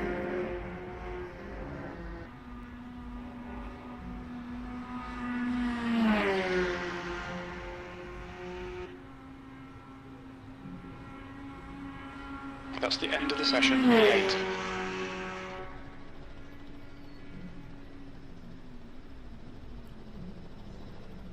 Helicopter view.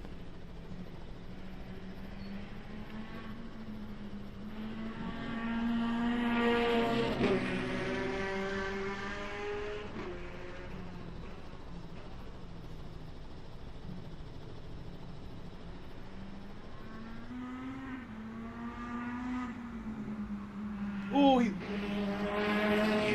I thought he went wide for a second.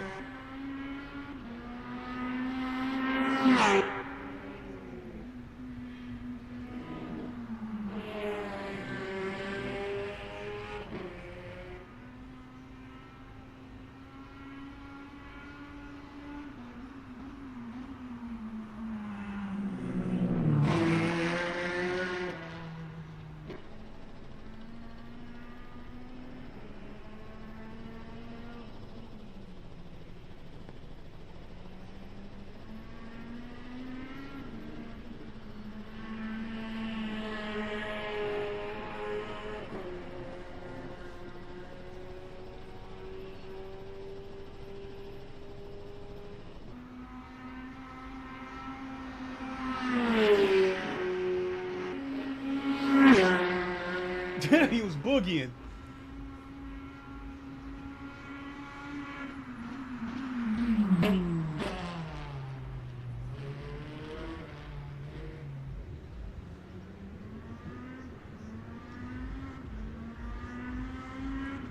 All right, let's see where I'm at.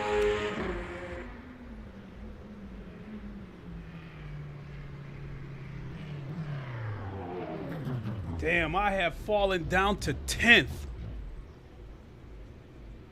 And I'm expected to win this race. This is going to hurt. At all costs, I at least need to qualify in the upper half. Oh, I just got knocked down to 11th. And there's still 1, 2, 3 more cars out there that could knock me off.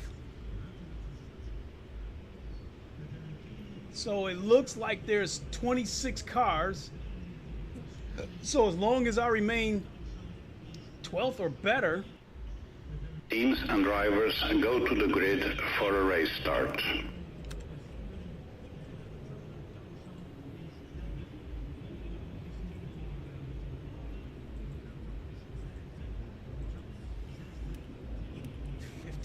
.2. 14.6. Yeah, I'll leave it there.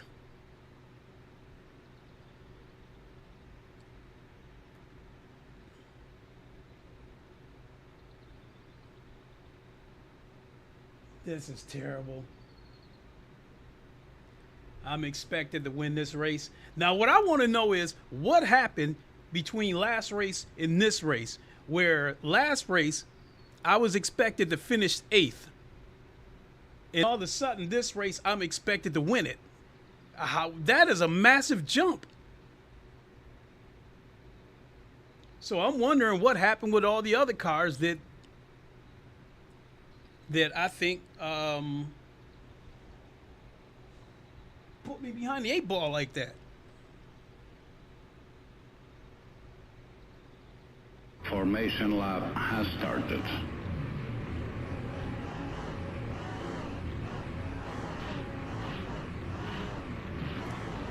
At least this time I'm not starting from the pits.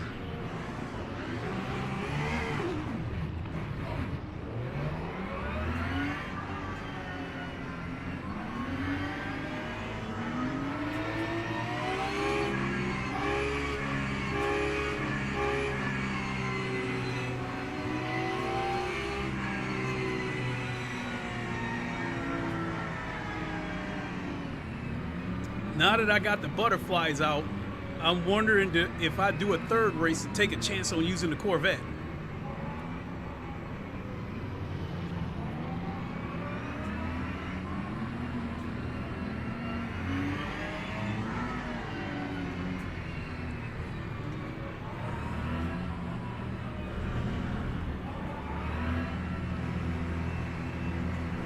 Green flag. Go, Green nail it. flag.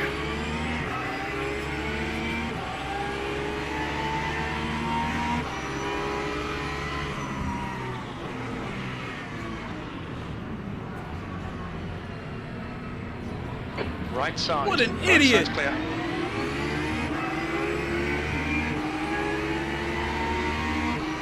Got a tiny bit of bodywork damage there, just ignore it.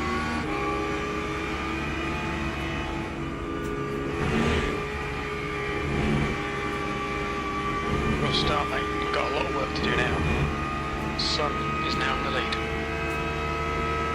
Yellow flag. We can see Murphy has gone off in Eau Rouge.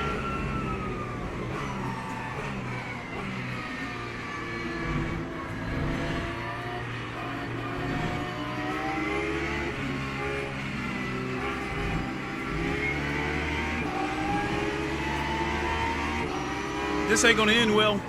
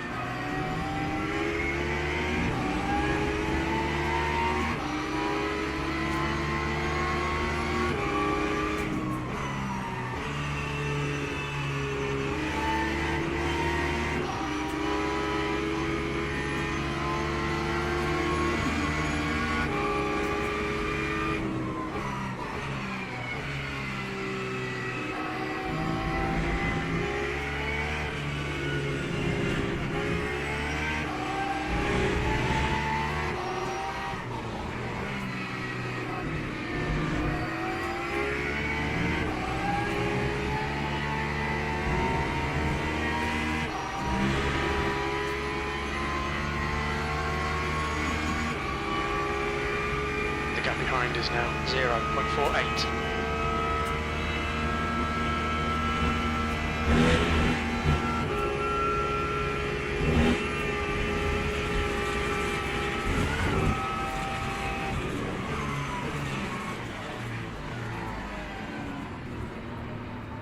Yellow flag, sector 3. It looks like Simone has gone off in the chicane. Sector 3 is clear. Okay, Clay, there's a car exiting the pit. Heads up. P11.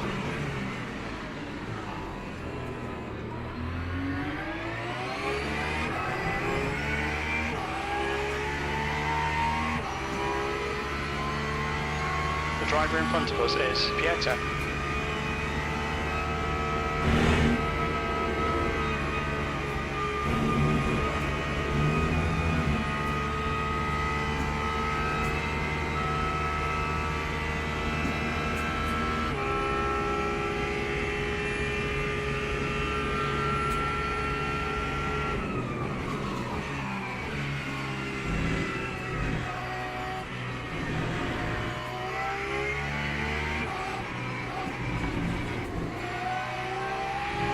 Stewards have warned us about track limits. Keep it between the lines.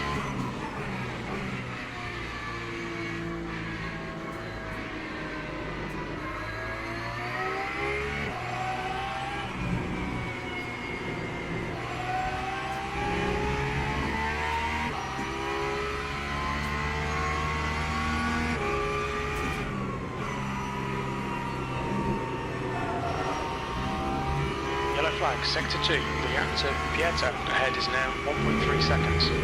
We think Lee has gone off in turn 11. Sector 2 is now green.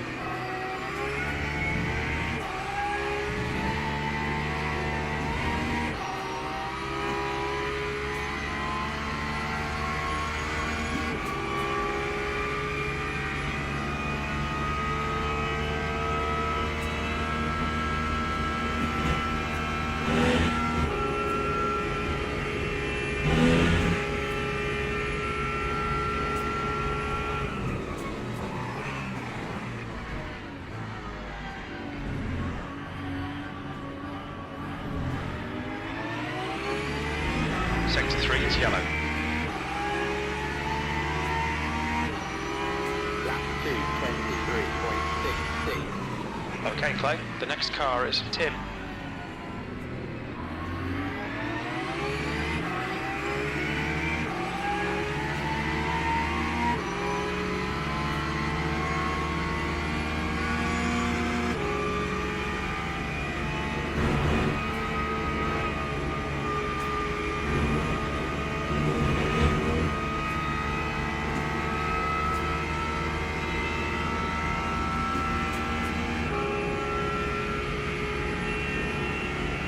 Really? Sector 3 is clear, green flag. That was a funky little move there.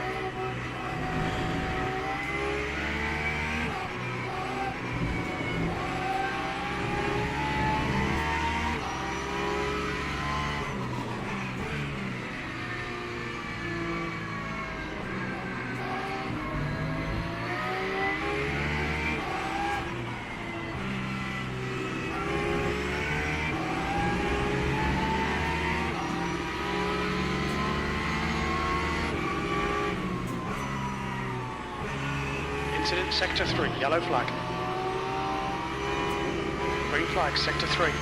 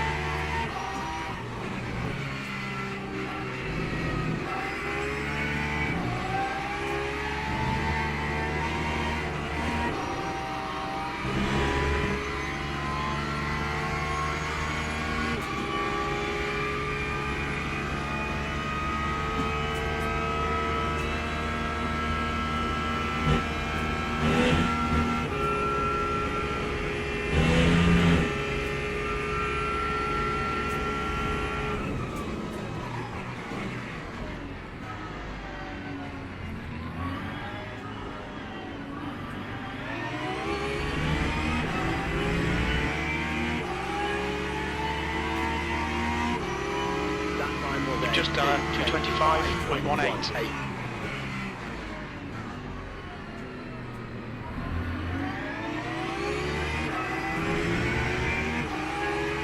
The guy in front is Edward.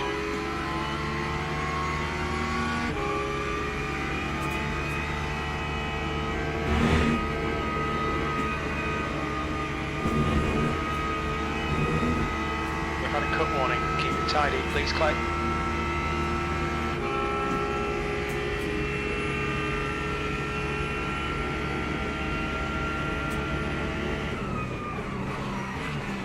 B11.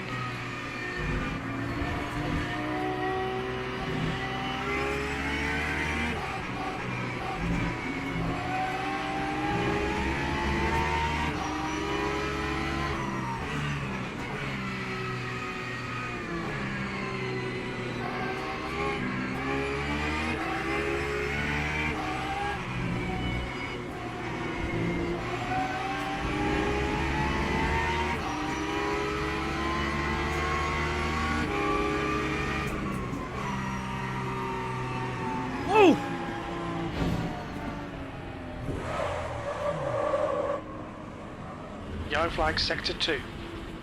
You've had a bit of bodywork damage there. We think Edward has binned it in Puon.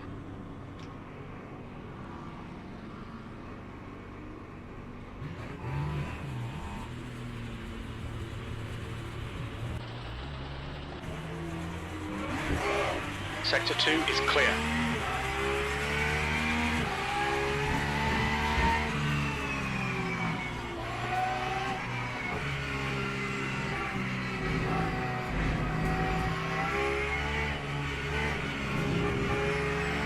Okay, Clay, the next car is Lee. Allow this guy to pass.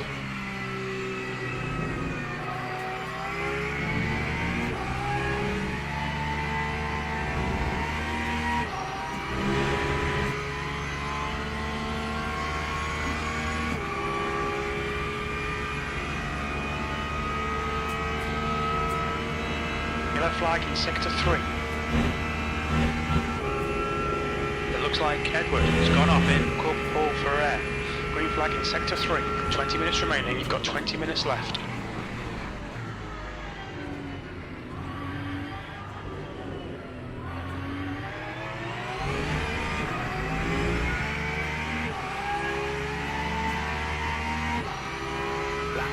50.4. 319.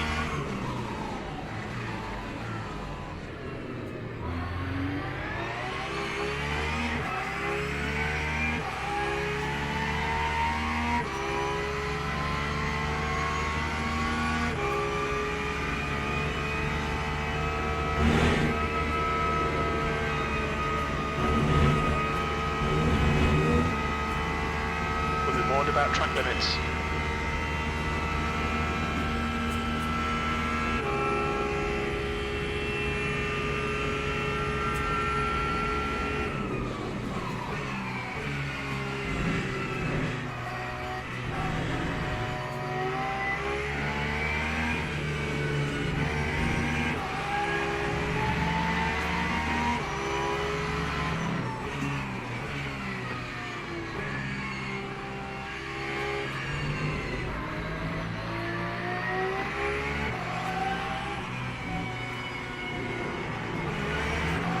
Sector 2 is now yellow.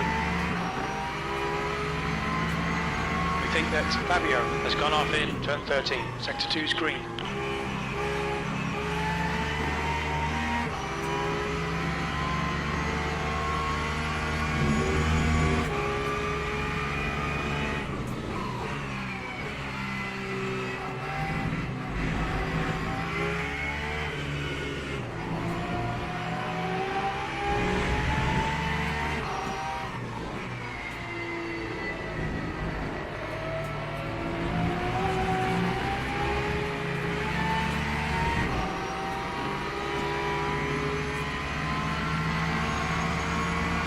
Clear left.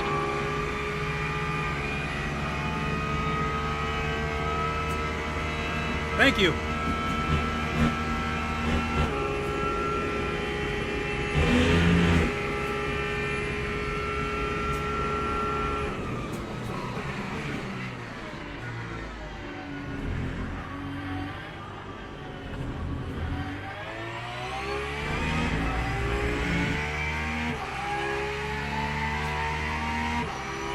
Lap 2, 17th place. Yellow flag in sector 2. The guy ahead is 2 laps behind. Looks like the leader has gone off in Lecoub. Alright Clay, the next car is Harry. Green flag in sector 2.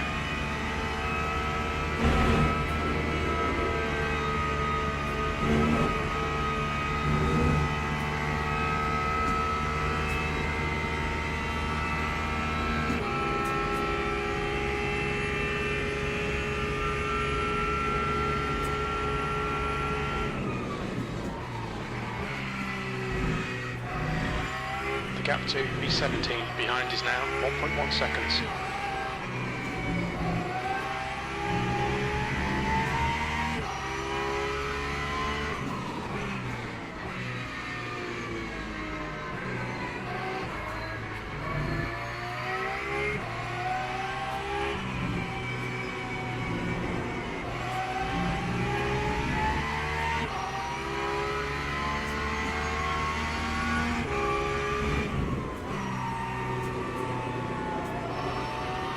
Yellow flag in sector 2.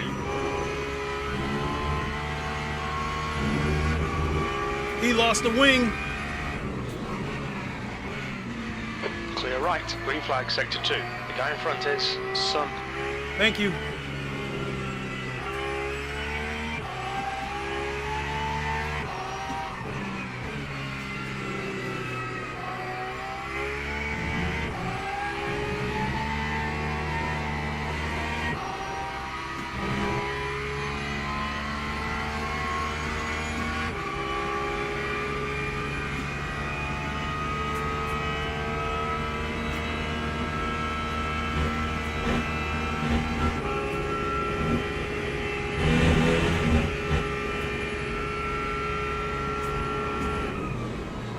Yellow flag.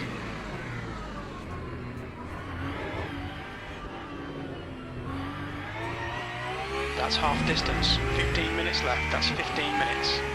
Sector 3 is clear. Lap 2, 24.9.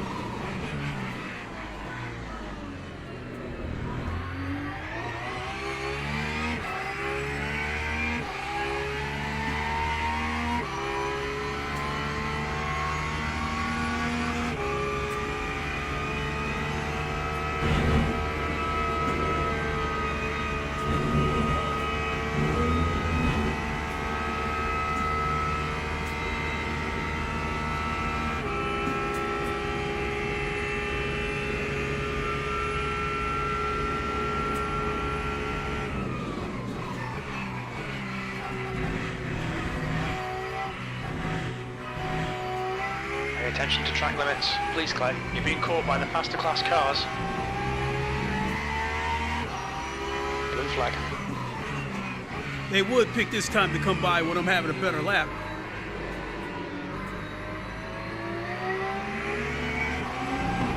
Clear left. They cost me a half a second right there letting him through. Incident in Sector 2. Sector 2 is yellow. The car ahead is Harry. We think Tracy. The sector in. Turn 11. You reel in. Harry. In. The gap's now 3.2.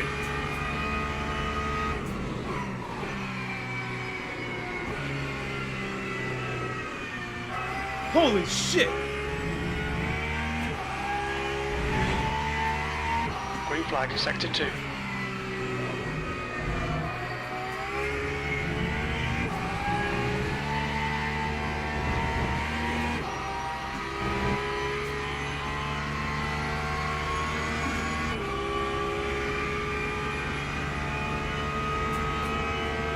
Blue flag.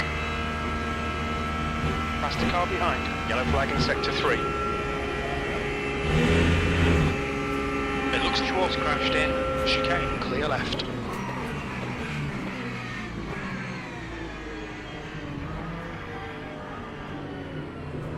Green flag, Sector 3.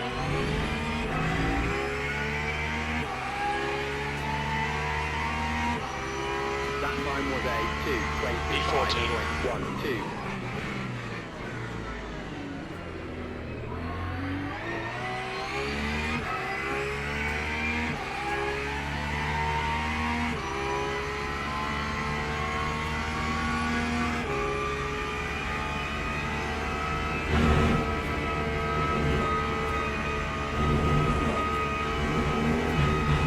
Keep it within the track limits.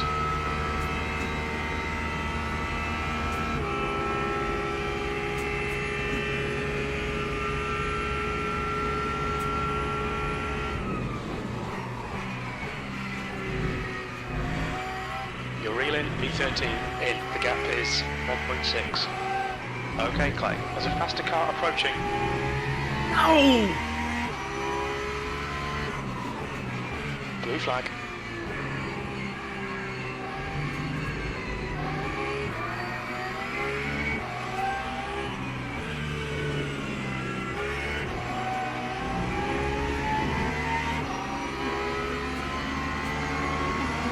Clear left.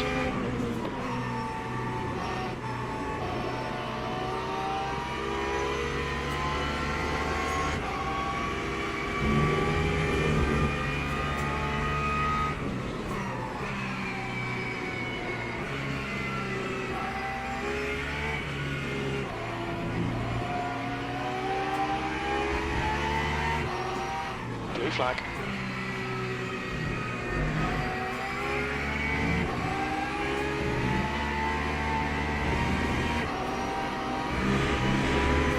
Clear right.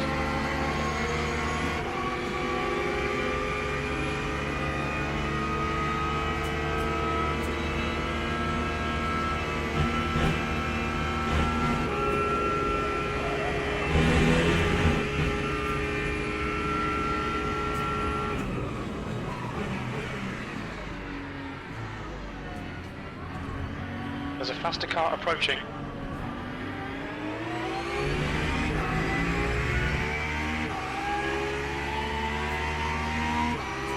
Time 2:24.59. Okay, Clay. 10 minutes to go. That's 10 minutes left. Blue flag.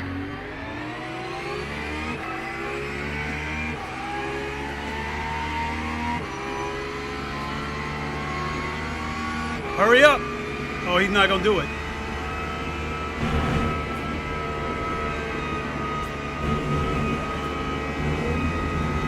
Run out of track, the car. Clear right. You really need to be in front of this car. You've got half your fuel left.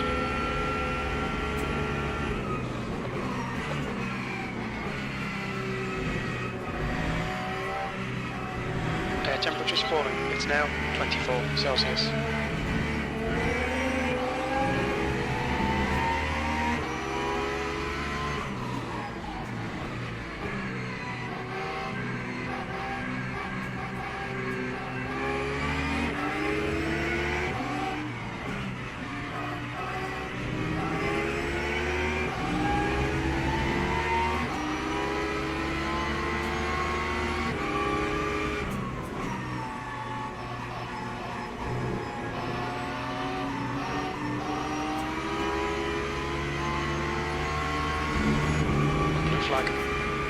Okay, Clay. There's a faster class car approaching.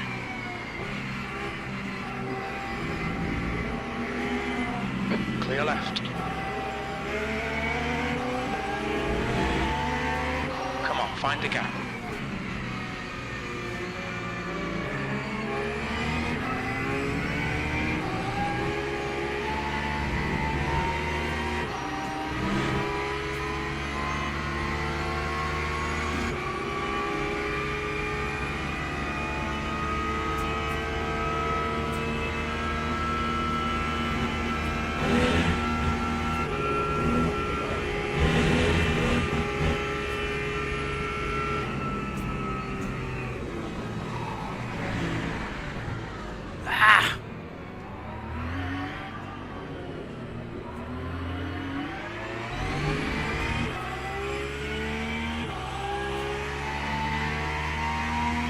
P15 is closing the gap. It's now 0.6.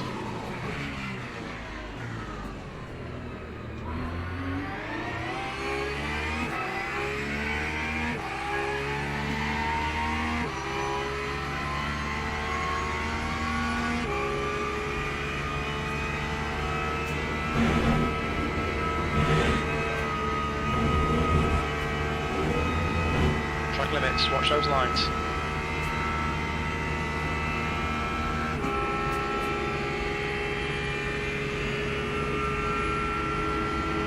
Right side's clear.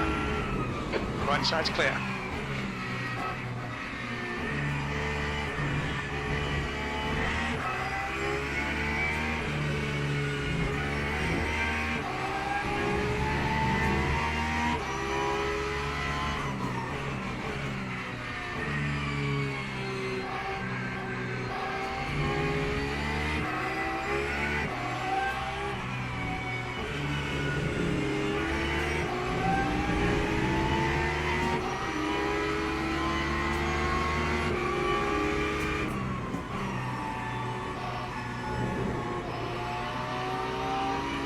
Oh! Alright, Clay, you're reeling. Harry in. The gap is now 0.12.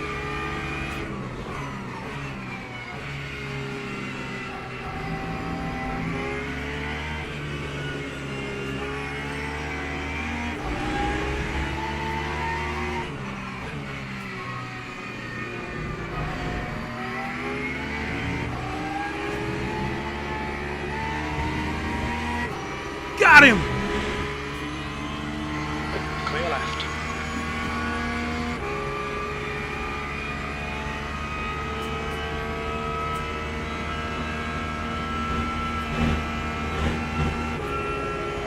The next car is Schmitz.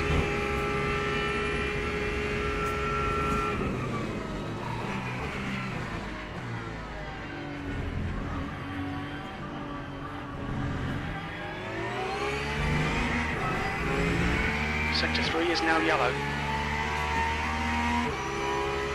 We can see Schwartz has gone off in the chicane, 13th place.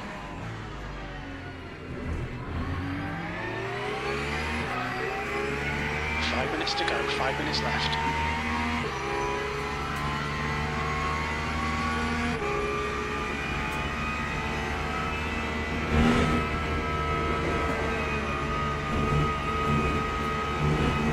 I'll take the Between point. the lines, please, Clay.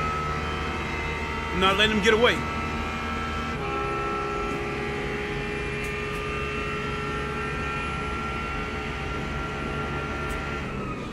Green flag in Sector 3.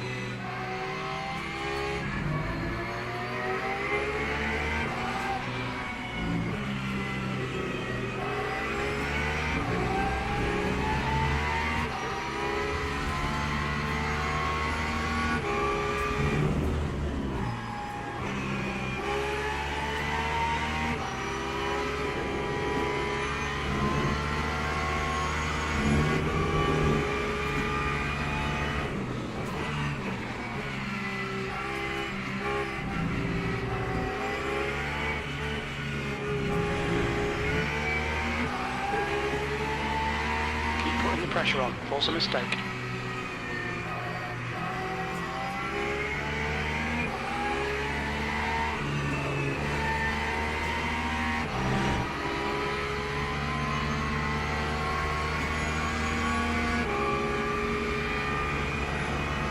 No, don't do it.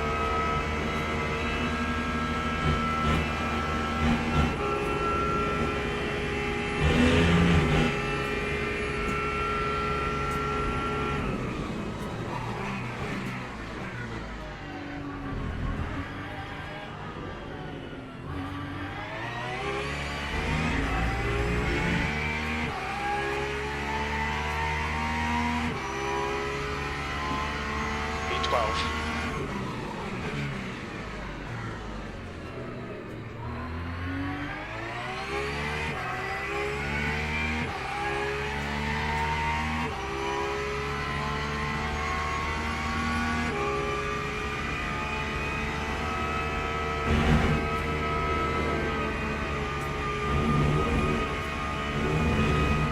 The stewards have warned us for cutting the track. Keep it between the white lines. The gap to Schmitz behind is increasing. It's now 0.7.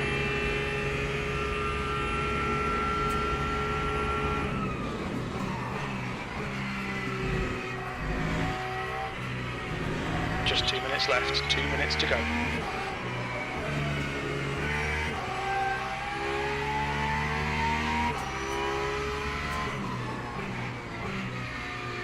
Incidents in Sector 2, yellow flag. Okay, Clay, the next car is Tobias. We think P4's gone off in turn 13. Green flag in Sector 2.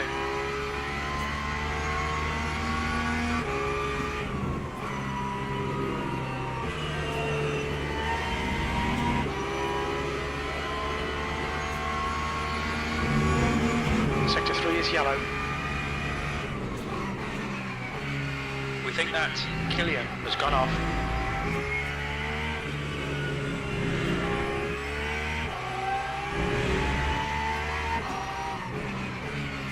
Sector 3 is now clear.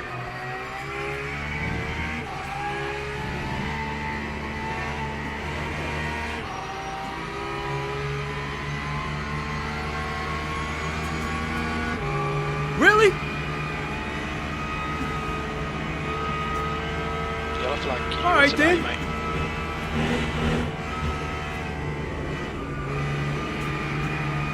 Clear right. Green flag Sector 3.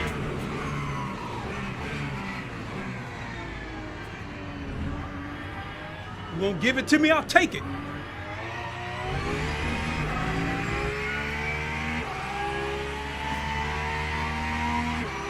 Lap 2:25.17.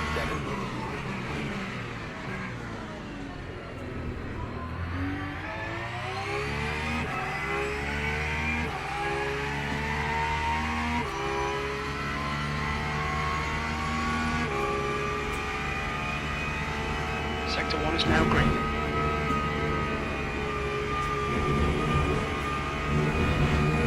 We've had a cut warning. Keep it tidy, please, Clay.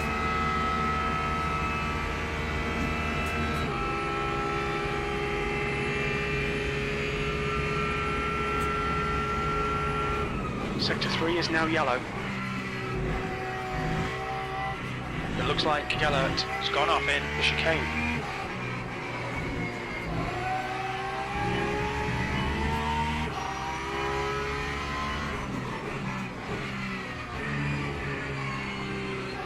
Sector 3 is clear, green flag.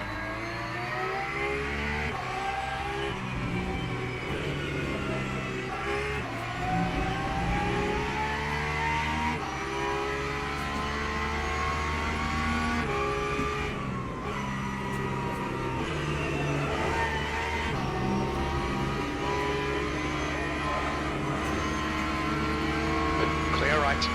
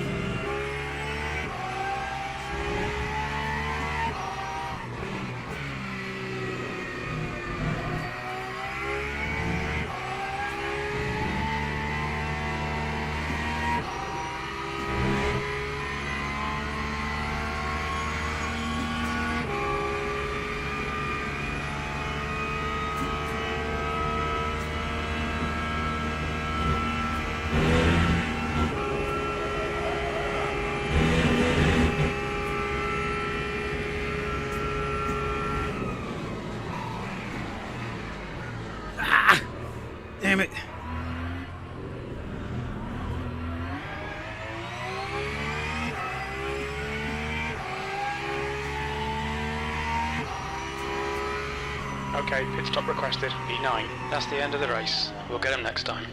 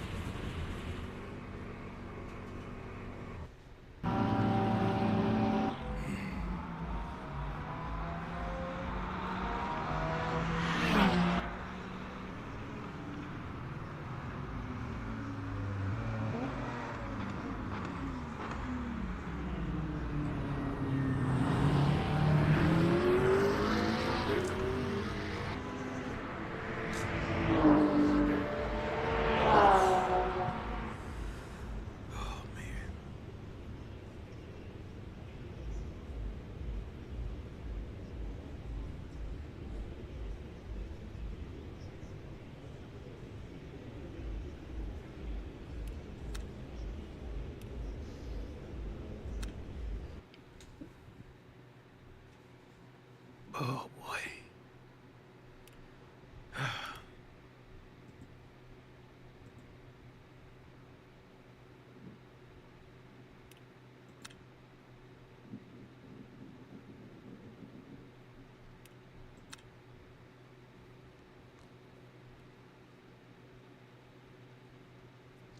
Well, it's better than losing rank.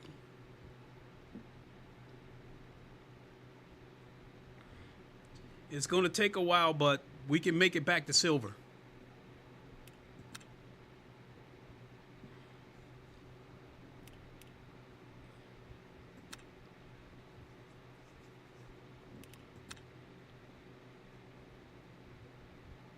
We're going to try this one more time, but I'm going to do a couple of practice laps with the Corvette to see how it feels. Super risky, but I just can't seem to get that damn car out of my head.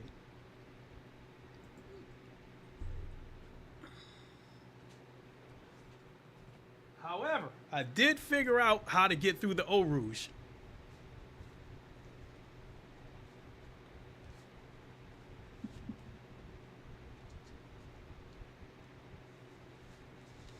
Basically, at the Eau Rouge, you have to lift right at the bottom of the Eau Rouge or just before the bottom of the Eau Rouge, and then once you get the car pointed towards the inside rumble strip, then you put the throttle down, and that'll keep the car in line.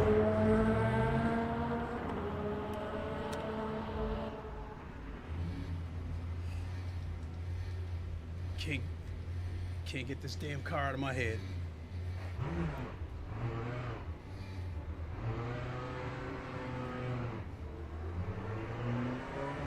So I'm basically going to have to give away the first lap, getting the tires warmed up, so that means a lot of engine braking. There's a car approaching. Don't cross the white line. Your brakes are cold. Be careful. Blue flag.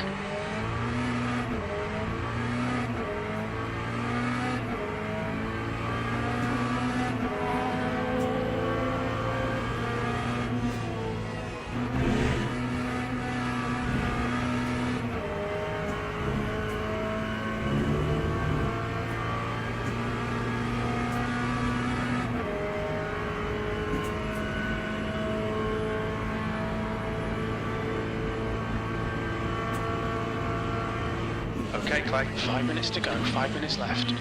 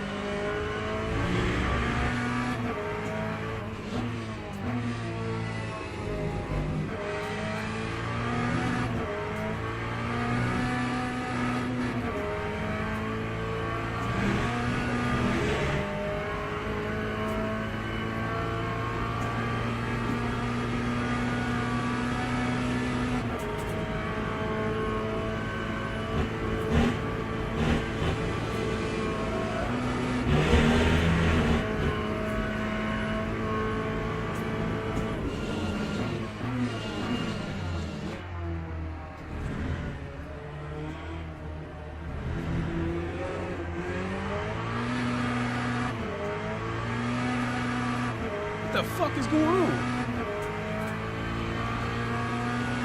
P6.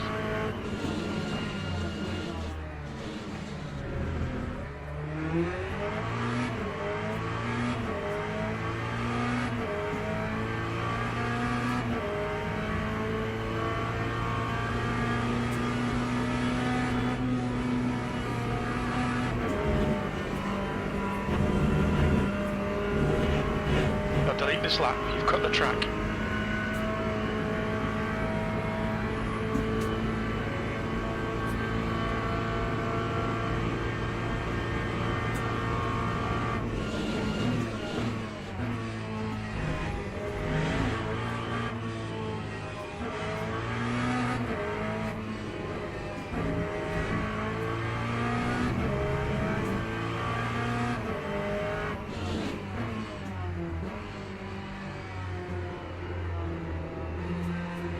Yellow flag, watch out.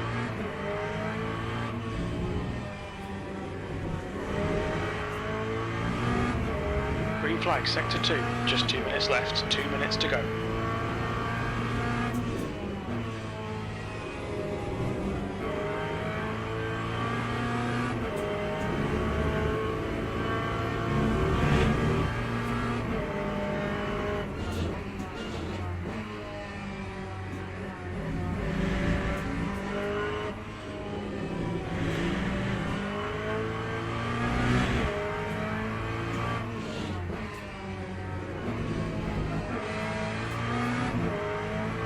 The guy in front has just done a 225.04.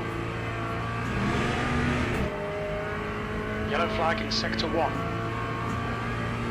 Green flag sector 1. We think Twitch has gone off in Radeon.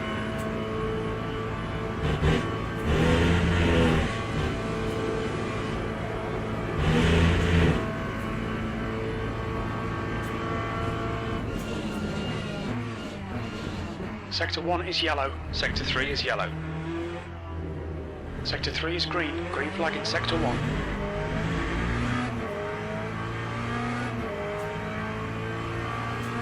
That time was a 2:20. Your quickest overall. 8.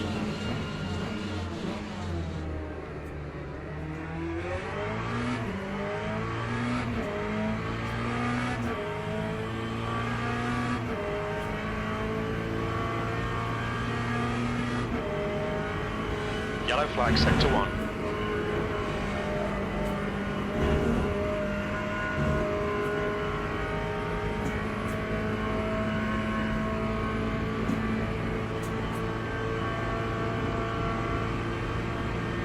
Sector 1 is green.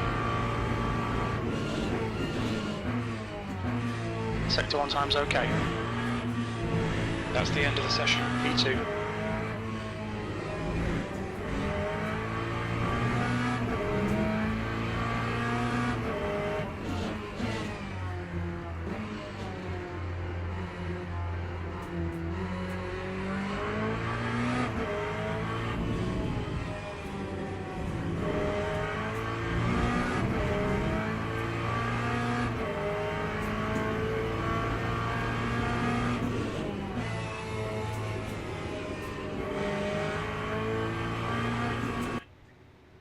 Ah!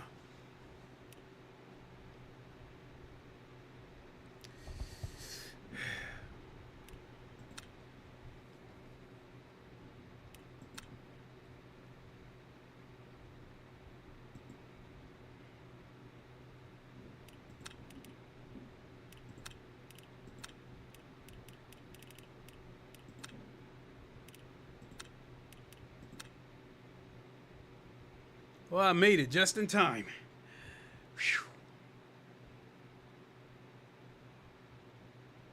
I think I can get into the 222s with the Corvette, but I don't think I can do it this upcoming race.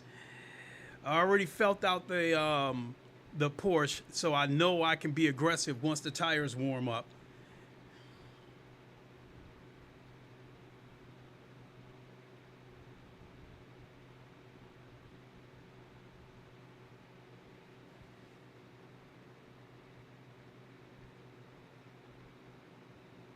I'm going to grab a drink. I'm going to sit out the practice session.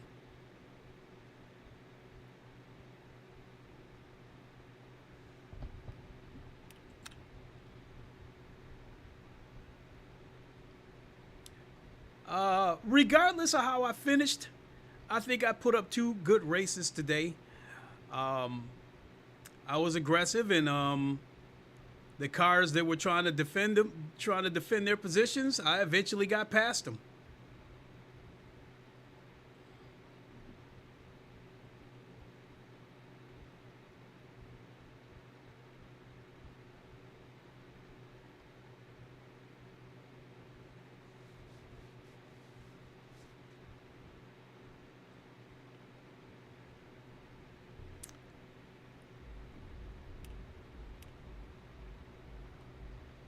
All right, folks, quick drink. Be right back.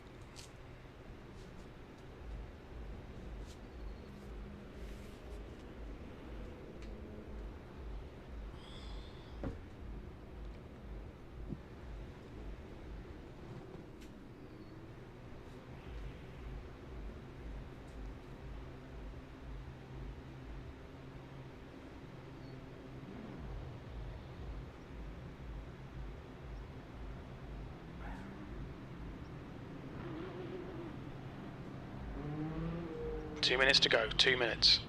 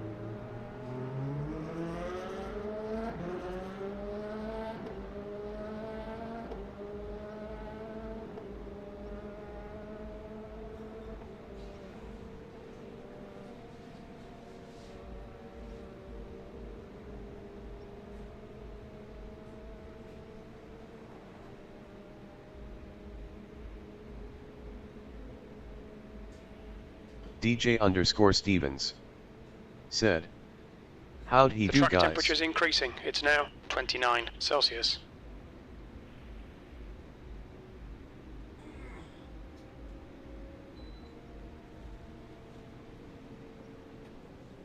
Yeah, turn the AC on because it is warm. That race, DJ, I finished. I think I finished 8th. But the thing about it was, That's the end of the session. P11. I was the #1 ranked guy going into that race, so I was expected to win it. And I had what I felt was a bad quali lap, and I qualified 11th and finished 9th. I'm sorry.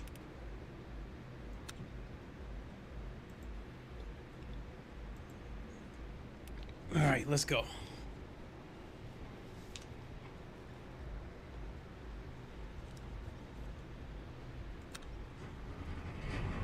Hey, there's a good angle right there. You guys can see the logo of our car, the VR Vikings, designed by my friend Henez Catone.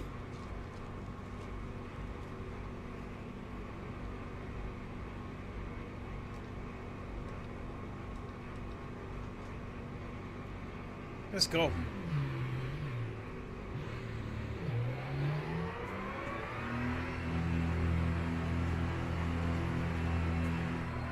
All clear on pit exit. You can push now. We have 7 minutes to do the business. We've got cold brakes all round. Be careful.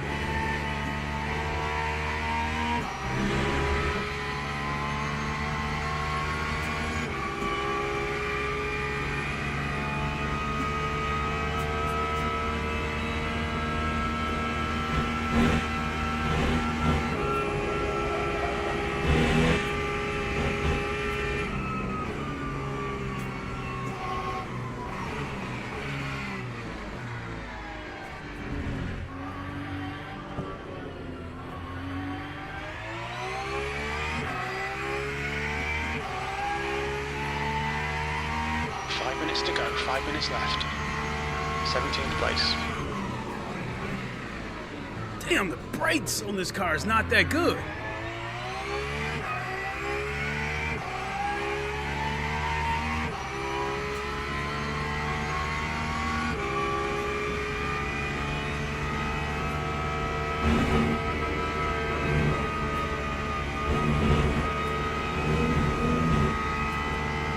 Mind these track limits, please, Clay.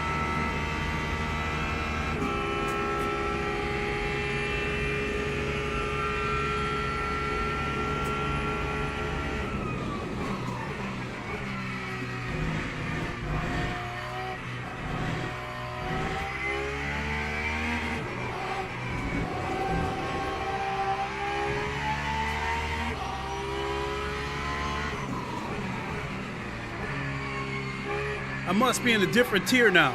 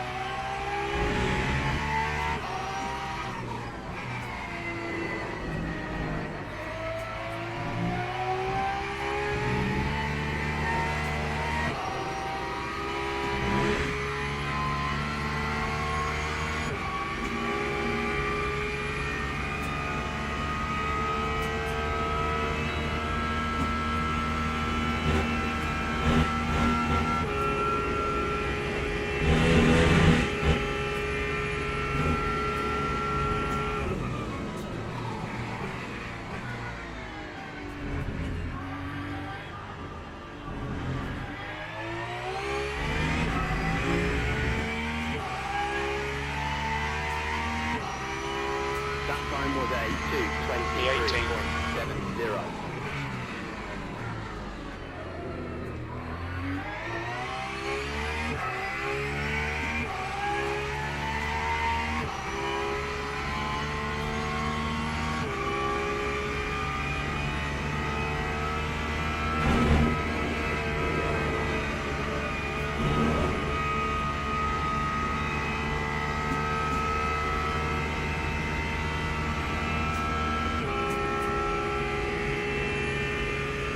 That's 2 minutes left, 2 minutes.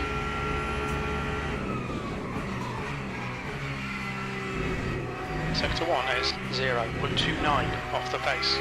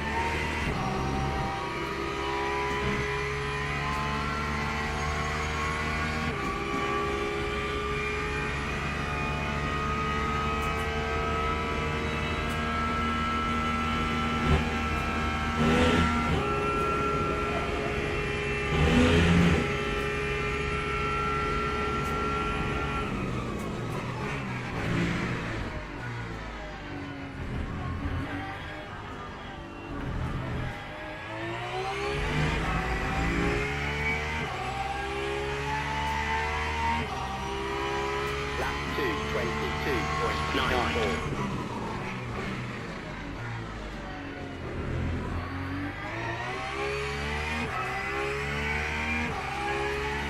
That's the end of the session. P5.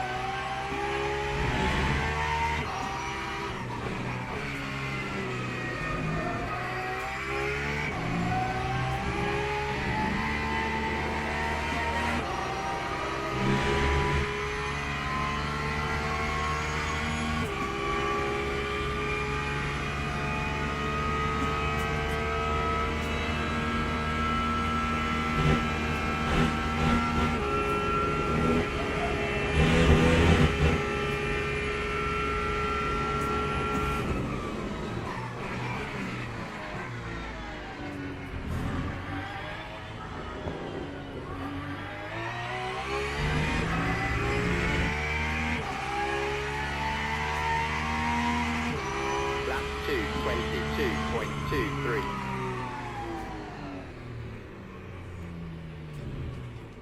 222.2. 1.1 second off of the leader. Ah, look at this. We're working our way back up. We are in split 3. Teams and drivers go to the grid for a race start.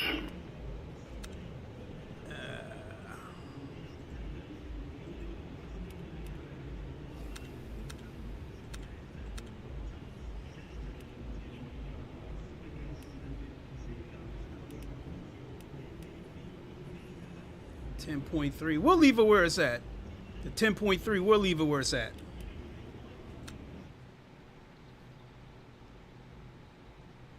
We qualified 6th, and it looks like I was expected to qualify 9th. So if I can finish in the top half, this would be huge.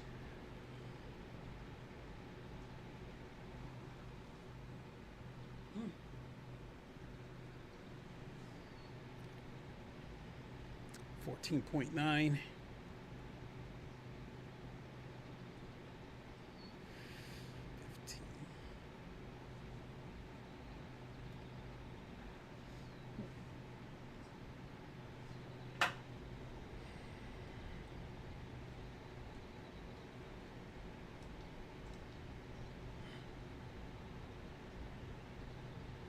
Formation lap has started.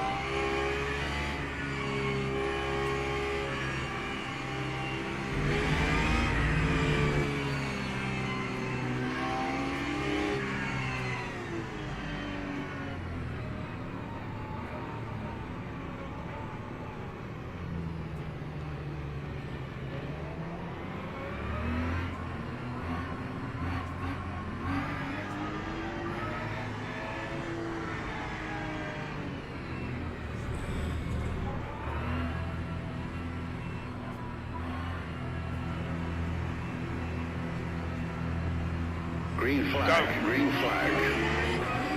Ooh.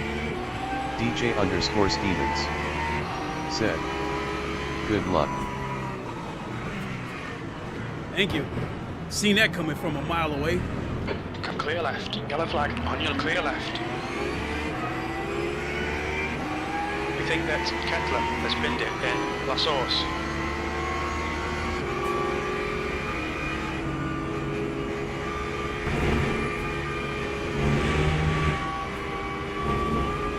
Woo-wee! Okay, Clyde, decent start. We can build something from here. Green flag, sector 1. It looks like Fabio and Janke. That's not going to end well. In Radion.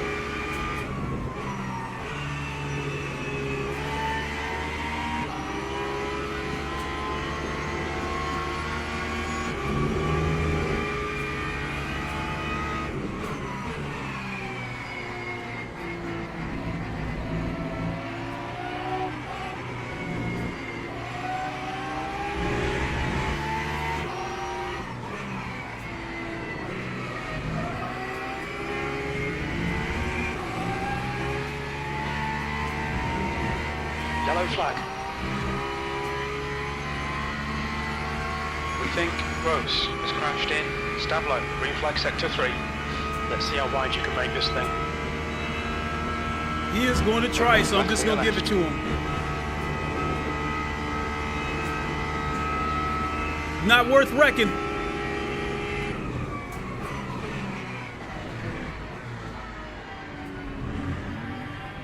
If I'm meant to get him, I'll get him somewhere else.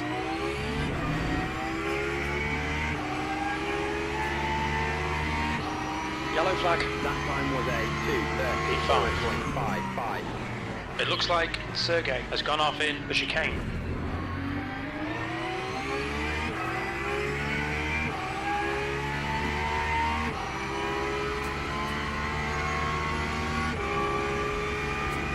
The car in front is Simone. I think I touched the wall. We've just had a warning for cutting the track.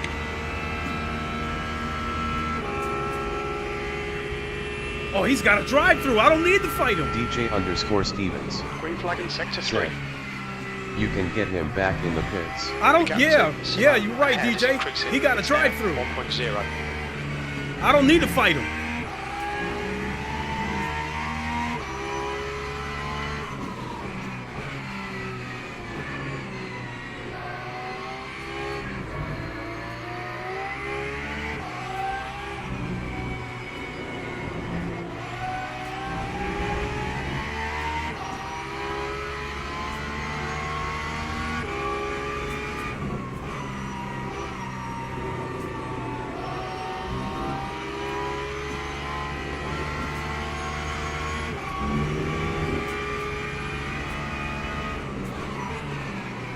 Incident in sector 2, yellow flag. Sector 2 is clear. We think that Casper has snapped it in. Who on?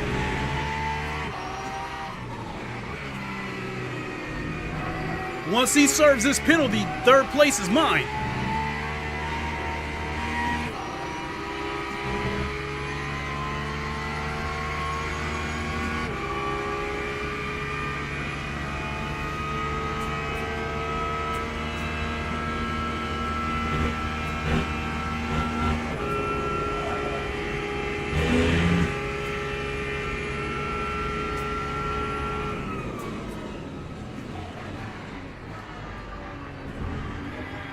He's serving his penalty. Third place is mine. Sector 3 is yellow. We think Ricard has spun off. That time was a 2:20. Alright, Clay, keep doing what you do. This is spot on. P3. The car in front of us is Steam.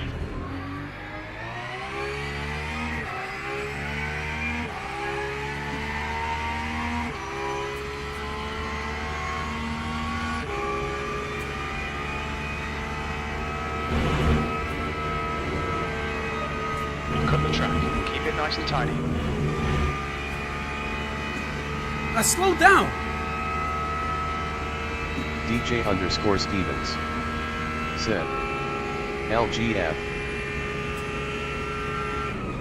Sector 3 is clear.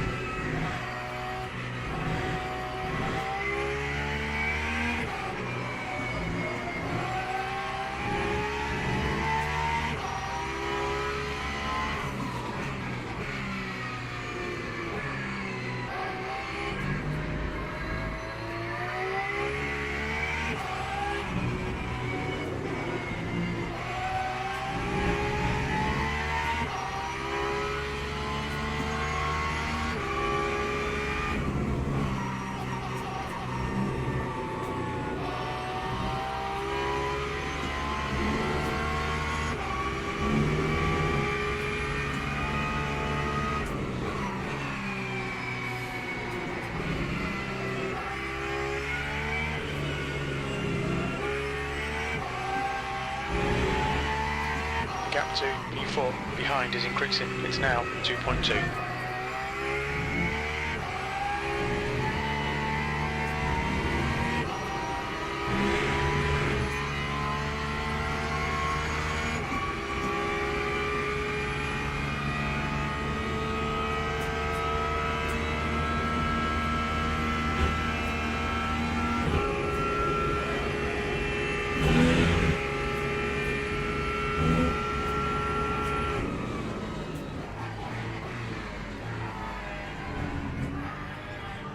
Incident in Sector 1, yellow flag.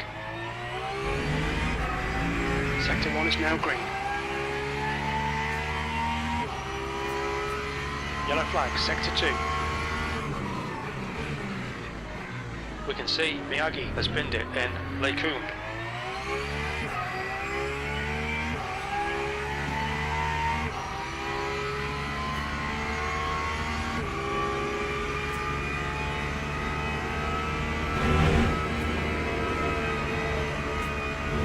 Okay, Clay, gone out of track limits, keep it between the lines.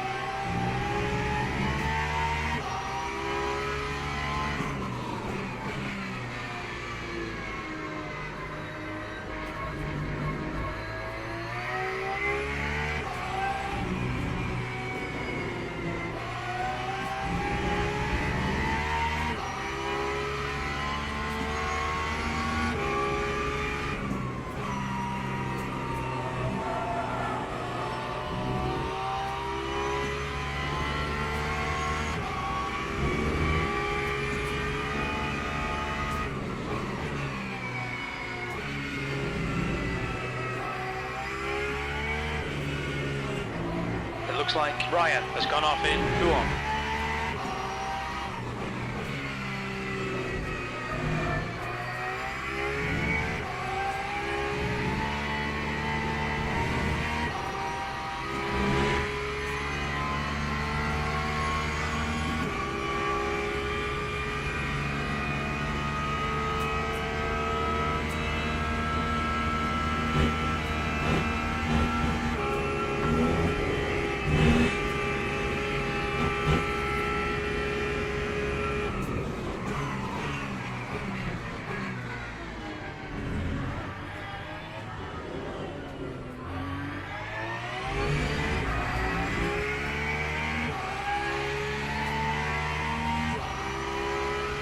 Green flag, Sector 2.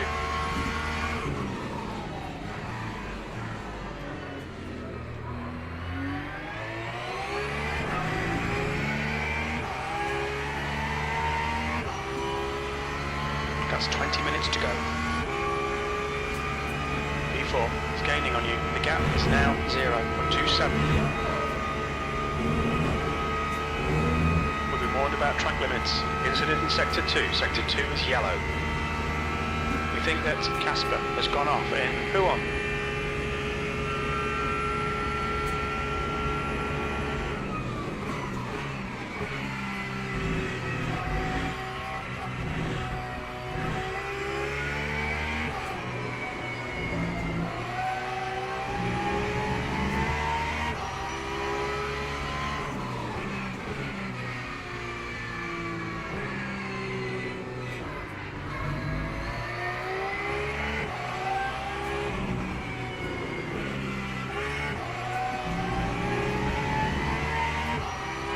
in sector 2. Yellow flag, sector 3. It looks like Landis has gone off in the chicane. Green flag, sector 3.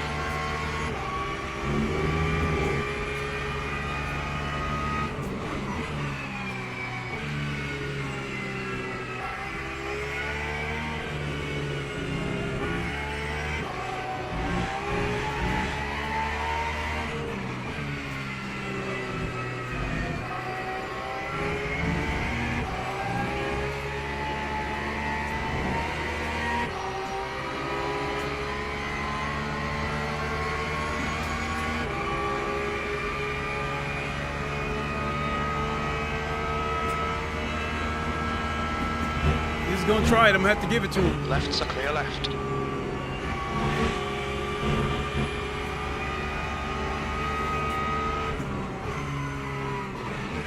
Come on, It Clay. wasn't worth Keep pushing. wrecking. We might get him back.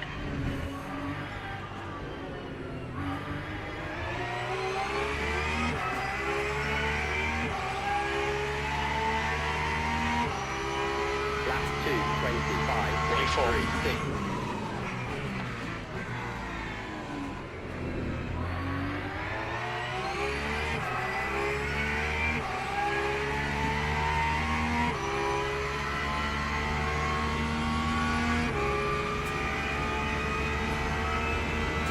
The car in front of us is now Reba.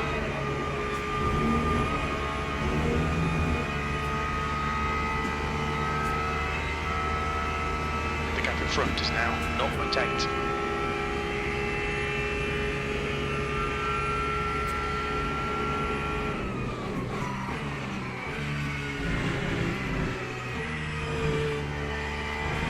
Keep it within the track limits.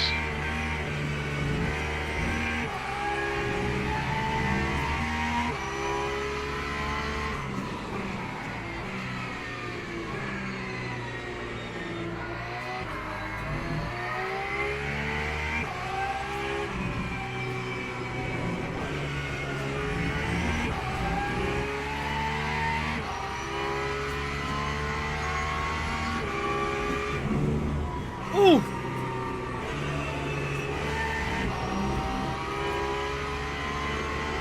The rumble strips tried to pull the car in.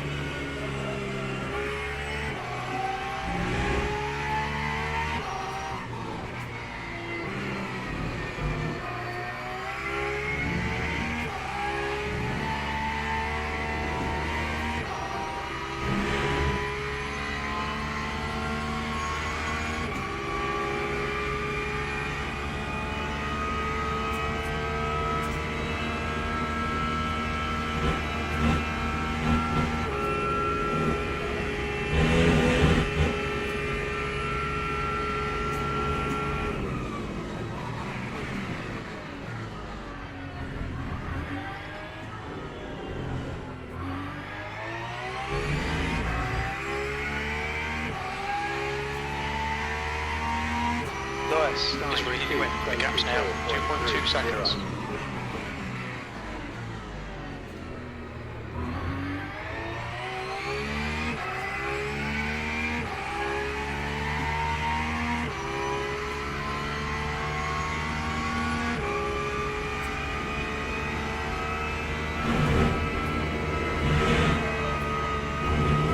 Okay, Clay, you just cut the track.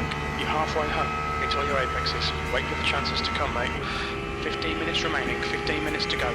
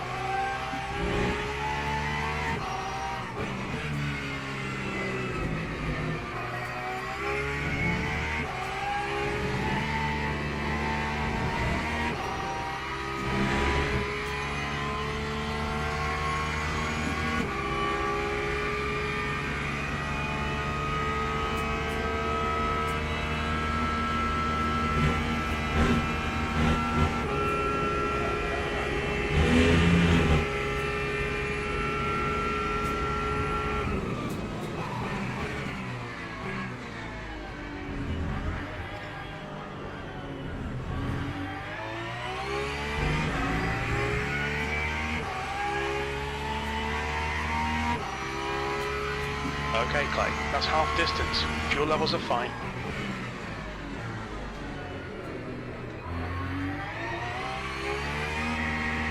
Damn it! I hate it when the gears get stuck like that.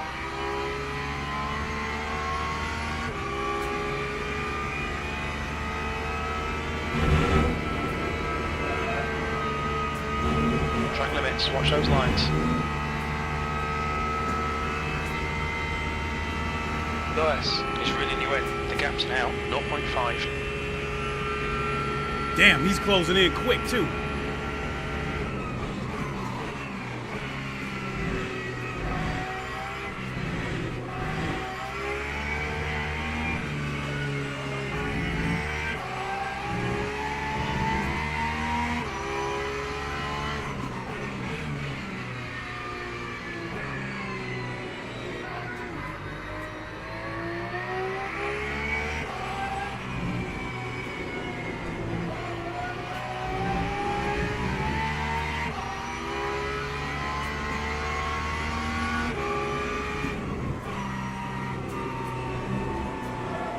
Sector 2 is now yellow. We think Roberts has crashed in Lacoon.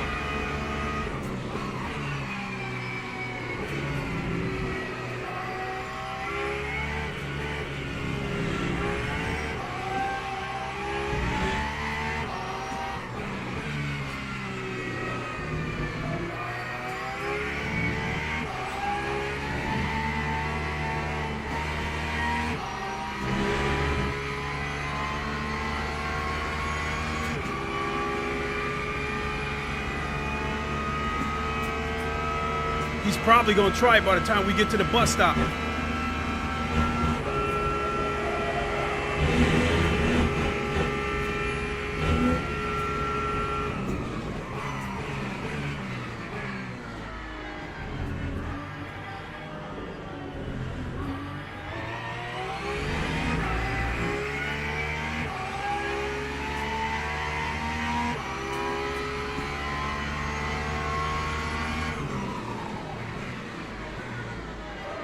Oh, these brakes Being are caught by shit! the faster class cab car, clear right.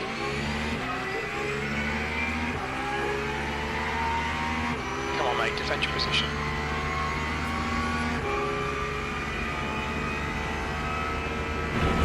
Blue flag.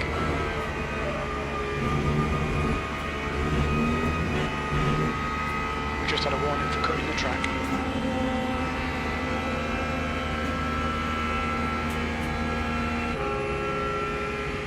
Keep it nice and smooth, come on, let the race come to us. You've got 10 minutes left, 10 minutes to go. The gap to E4 ahead is increasing, it's now 0.8. Okay Clyde, the next car is Lewis.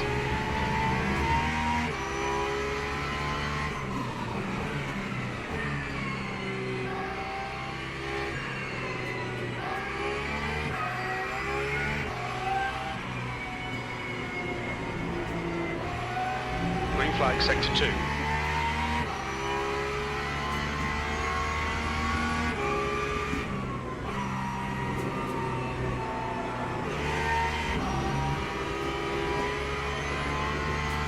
Air temps falling, it's now 24 Celsius.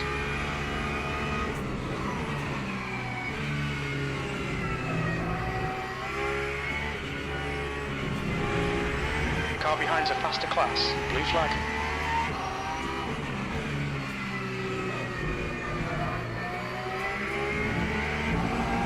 Clear right.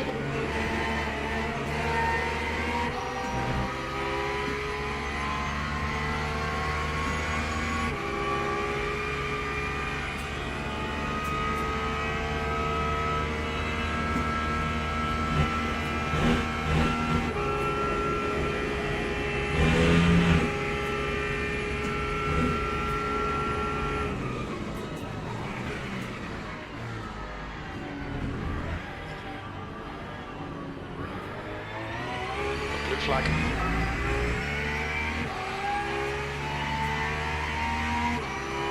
Time 2:25.12.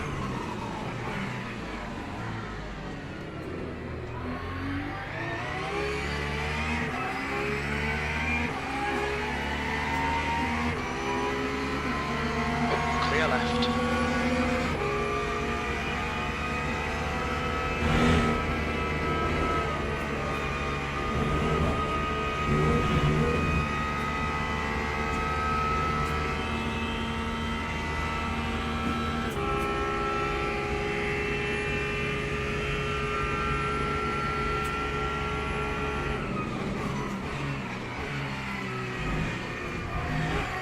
Gap to Lewis in front is now 2.1. Alright Clay, there's a faster car approaching.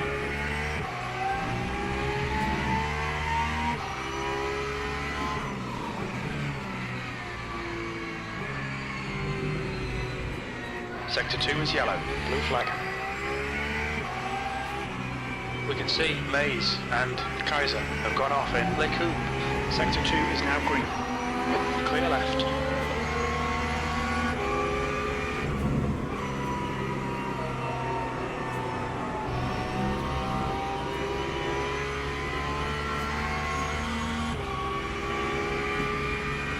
Flag.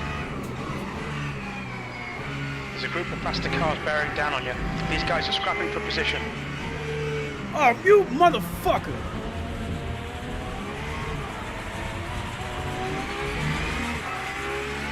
Blue flag. He picked up a bit of aero damage.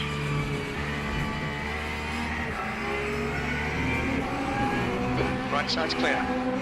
Clear right.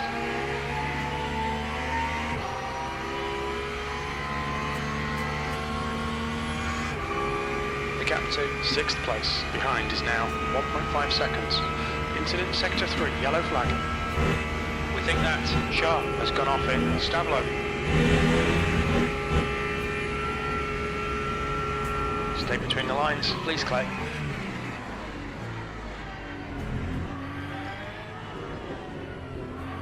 Incident in Sector 1. Sector 1 is yellow. Green flag Sector 1. We think Burton has stacked it in Los Orbs. Sector 3 is now clear. 3-8.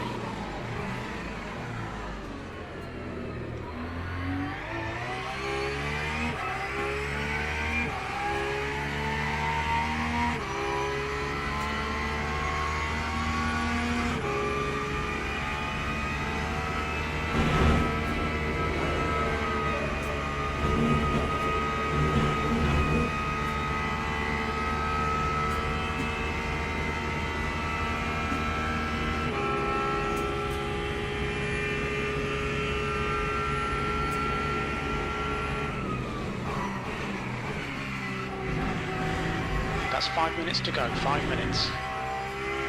We've gone out of track limits, keep it between the lines.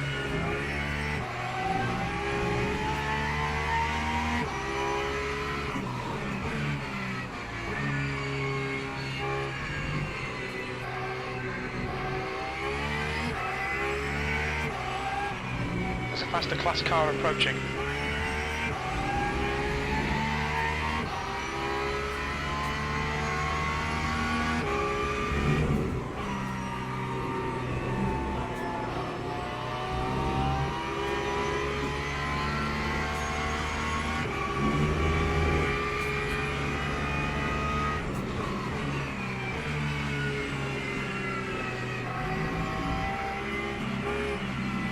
Just don't touch me, you can go.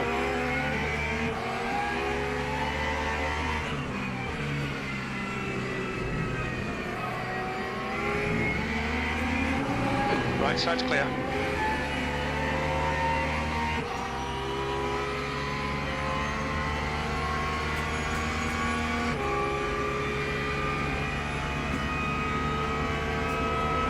Clear left. Incident in Sector 3. Sector 3 is yellow. It looks like Jr has stacked it in the chicane. Steam is now leading. Ah! If I get a penalty here.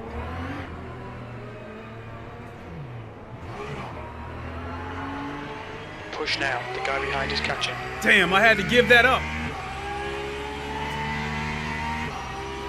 6th place. Let's see if I can chop him down. Damn, these track limits. There's a faster car approaching.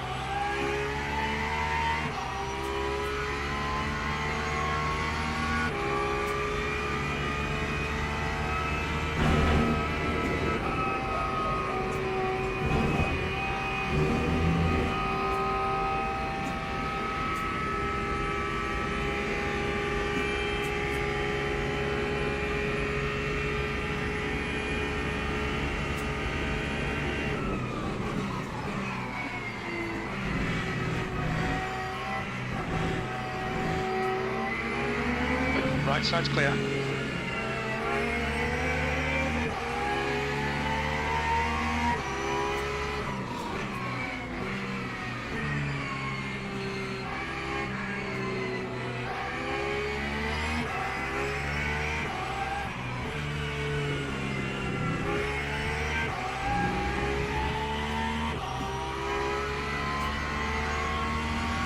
Just 2 minutes left, 2 minutes to go.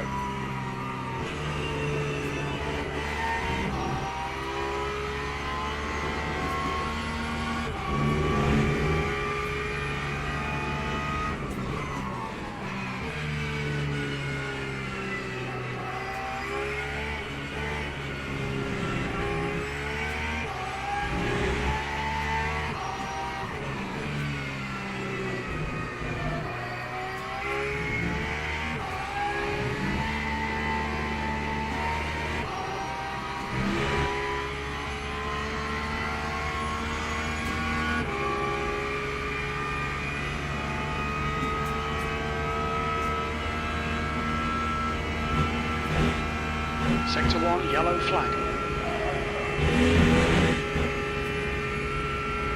Sector 1 is green.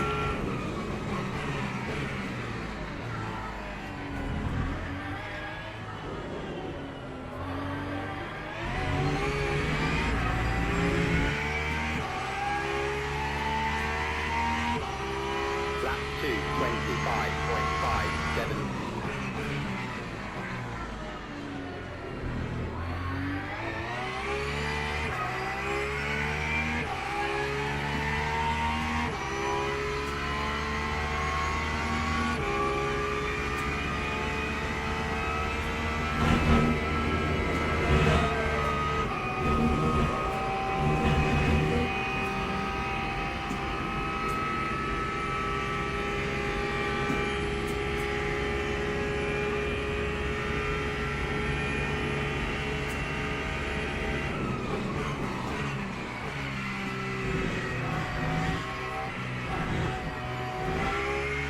Alright Clay, you just cut the track.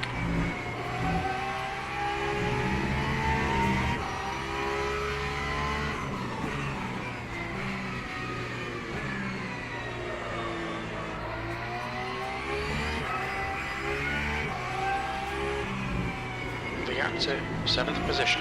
Behind is now 0.5.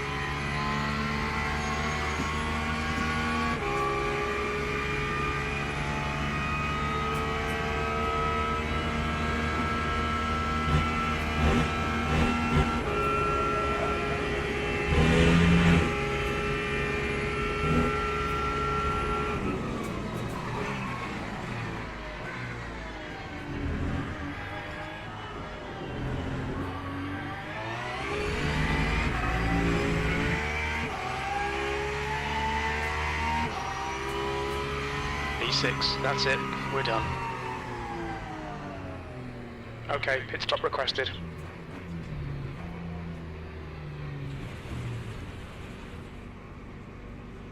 Good race, guy.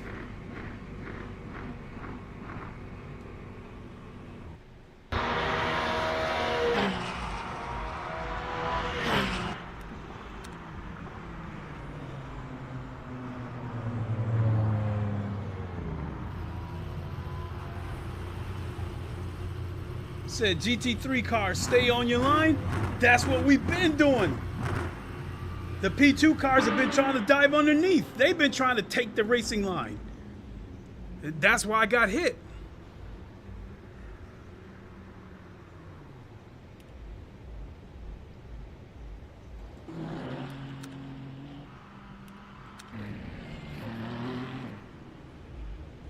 All right, this will finish it off.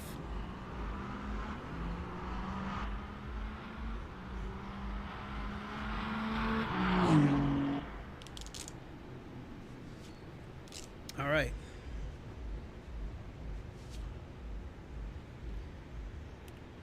Let's see what we got.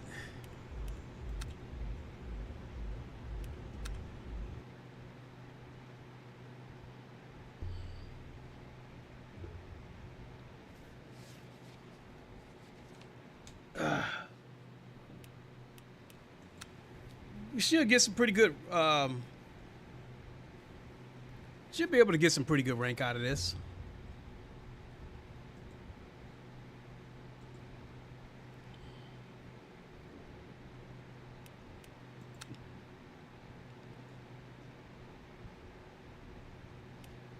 Rank breakdown.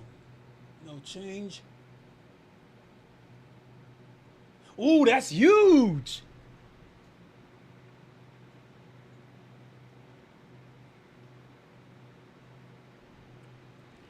Expected you to qualify 16th, qualified 5th. Top half of the results. Expected you to finish 16th. That podium was in my grasp.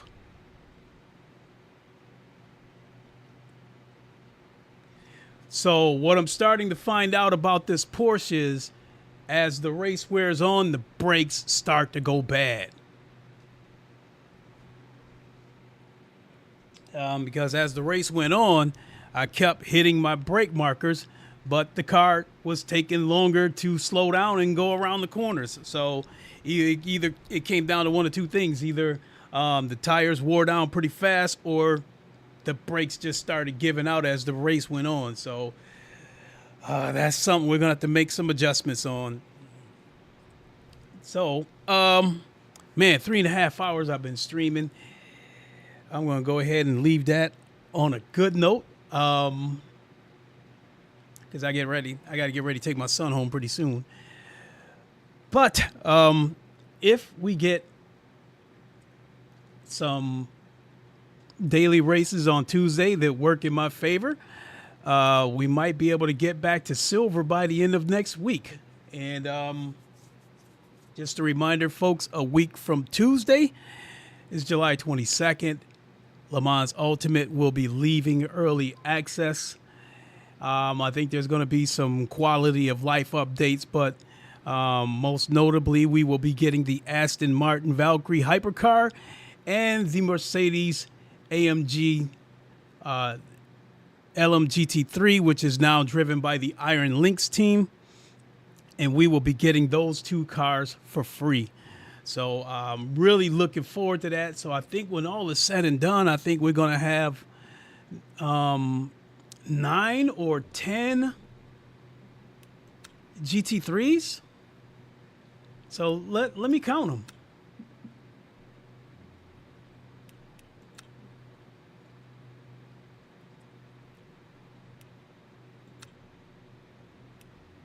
So hypercars will have 1, 2, 3, 4, 5, 6, 7, 8, 9. And then when we get the Aston Martin Valkyrie, that'll make 10. And then GT3s, 1, 2, 3, 4, 5, 6, 7, 8, 9. 1, 2, 3, 4, 5, 6, 7, 8, 9. That'll make 10 GT3s. So, and that will bring the 2025 roster up to date. From then on, it's just a matter of us waiting for Studio 397 to tell us when we can expect the European Le Mans Series content from there. We're going to get the LMP3 cars, and we're going to get 3 tracks, Silverstone, Barcelona, and Paul Ricard, 3 tracks that I absolutely love.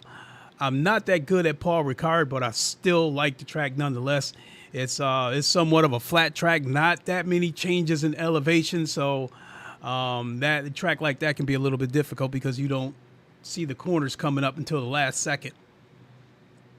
But Silverstone and you know what? Come to think of it, Silverstone doesn't have all that much change in elevation either, but I can see Silverstone a lot better than I can see Paul Ricard.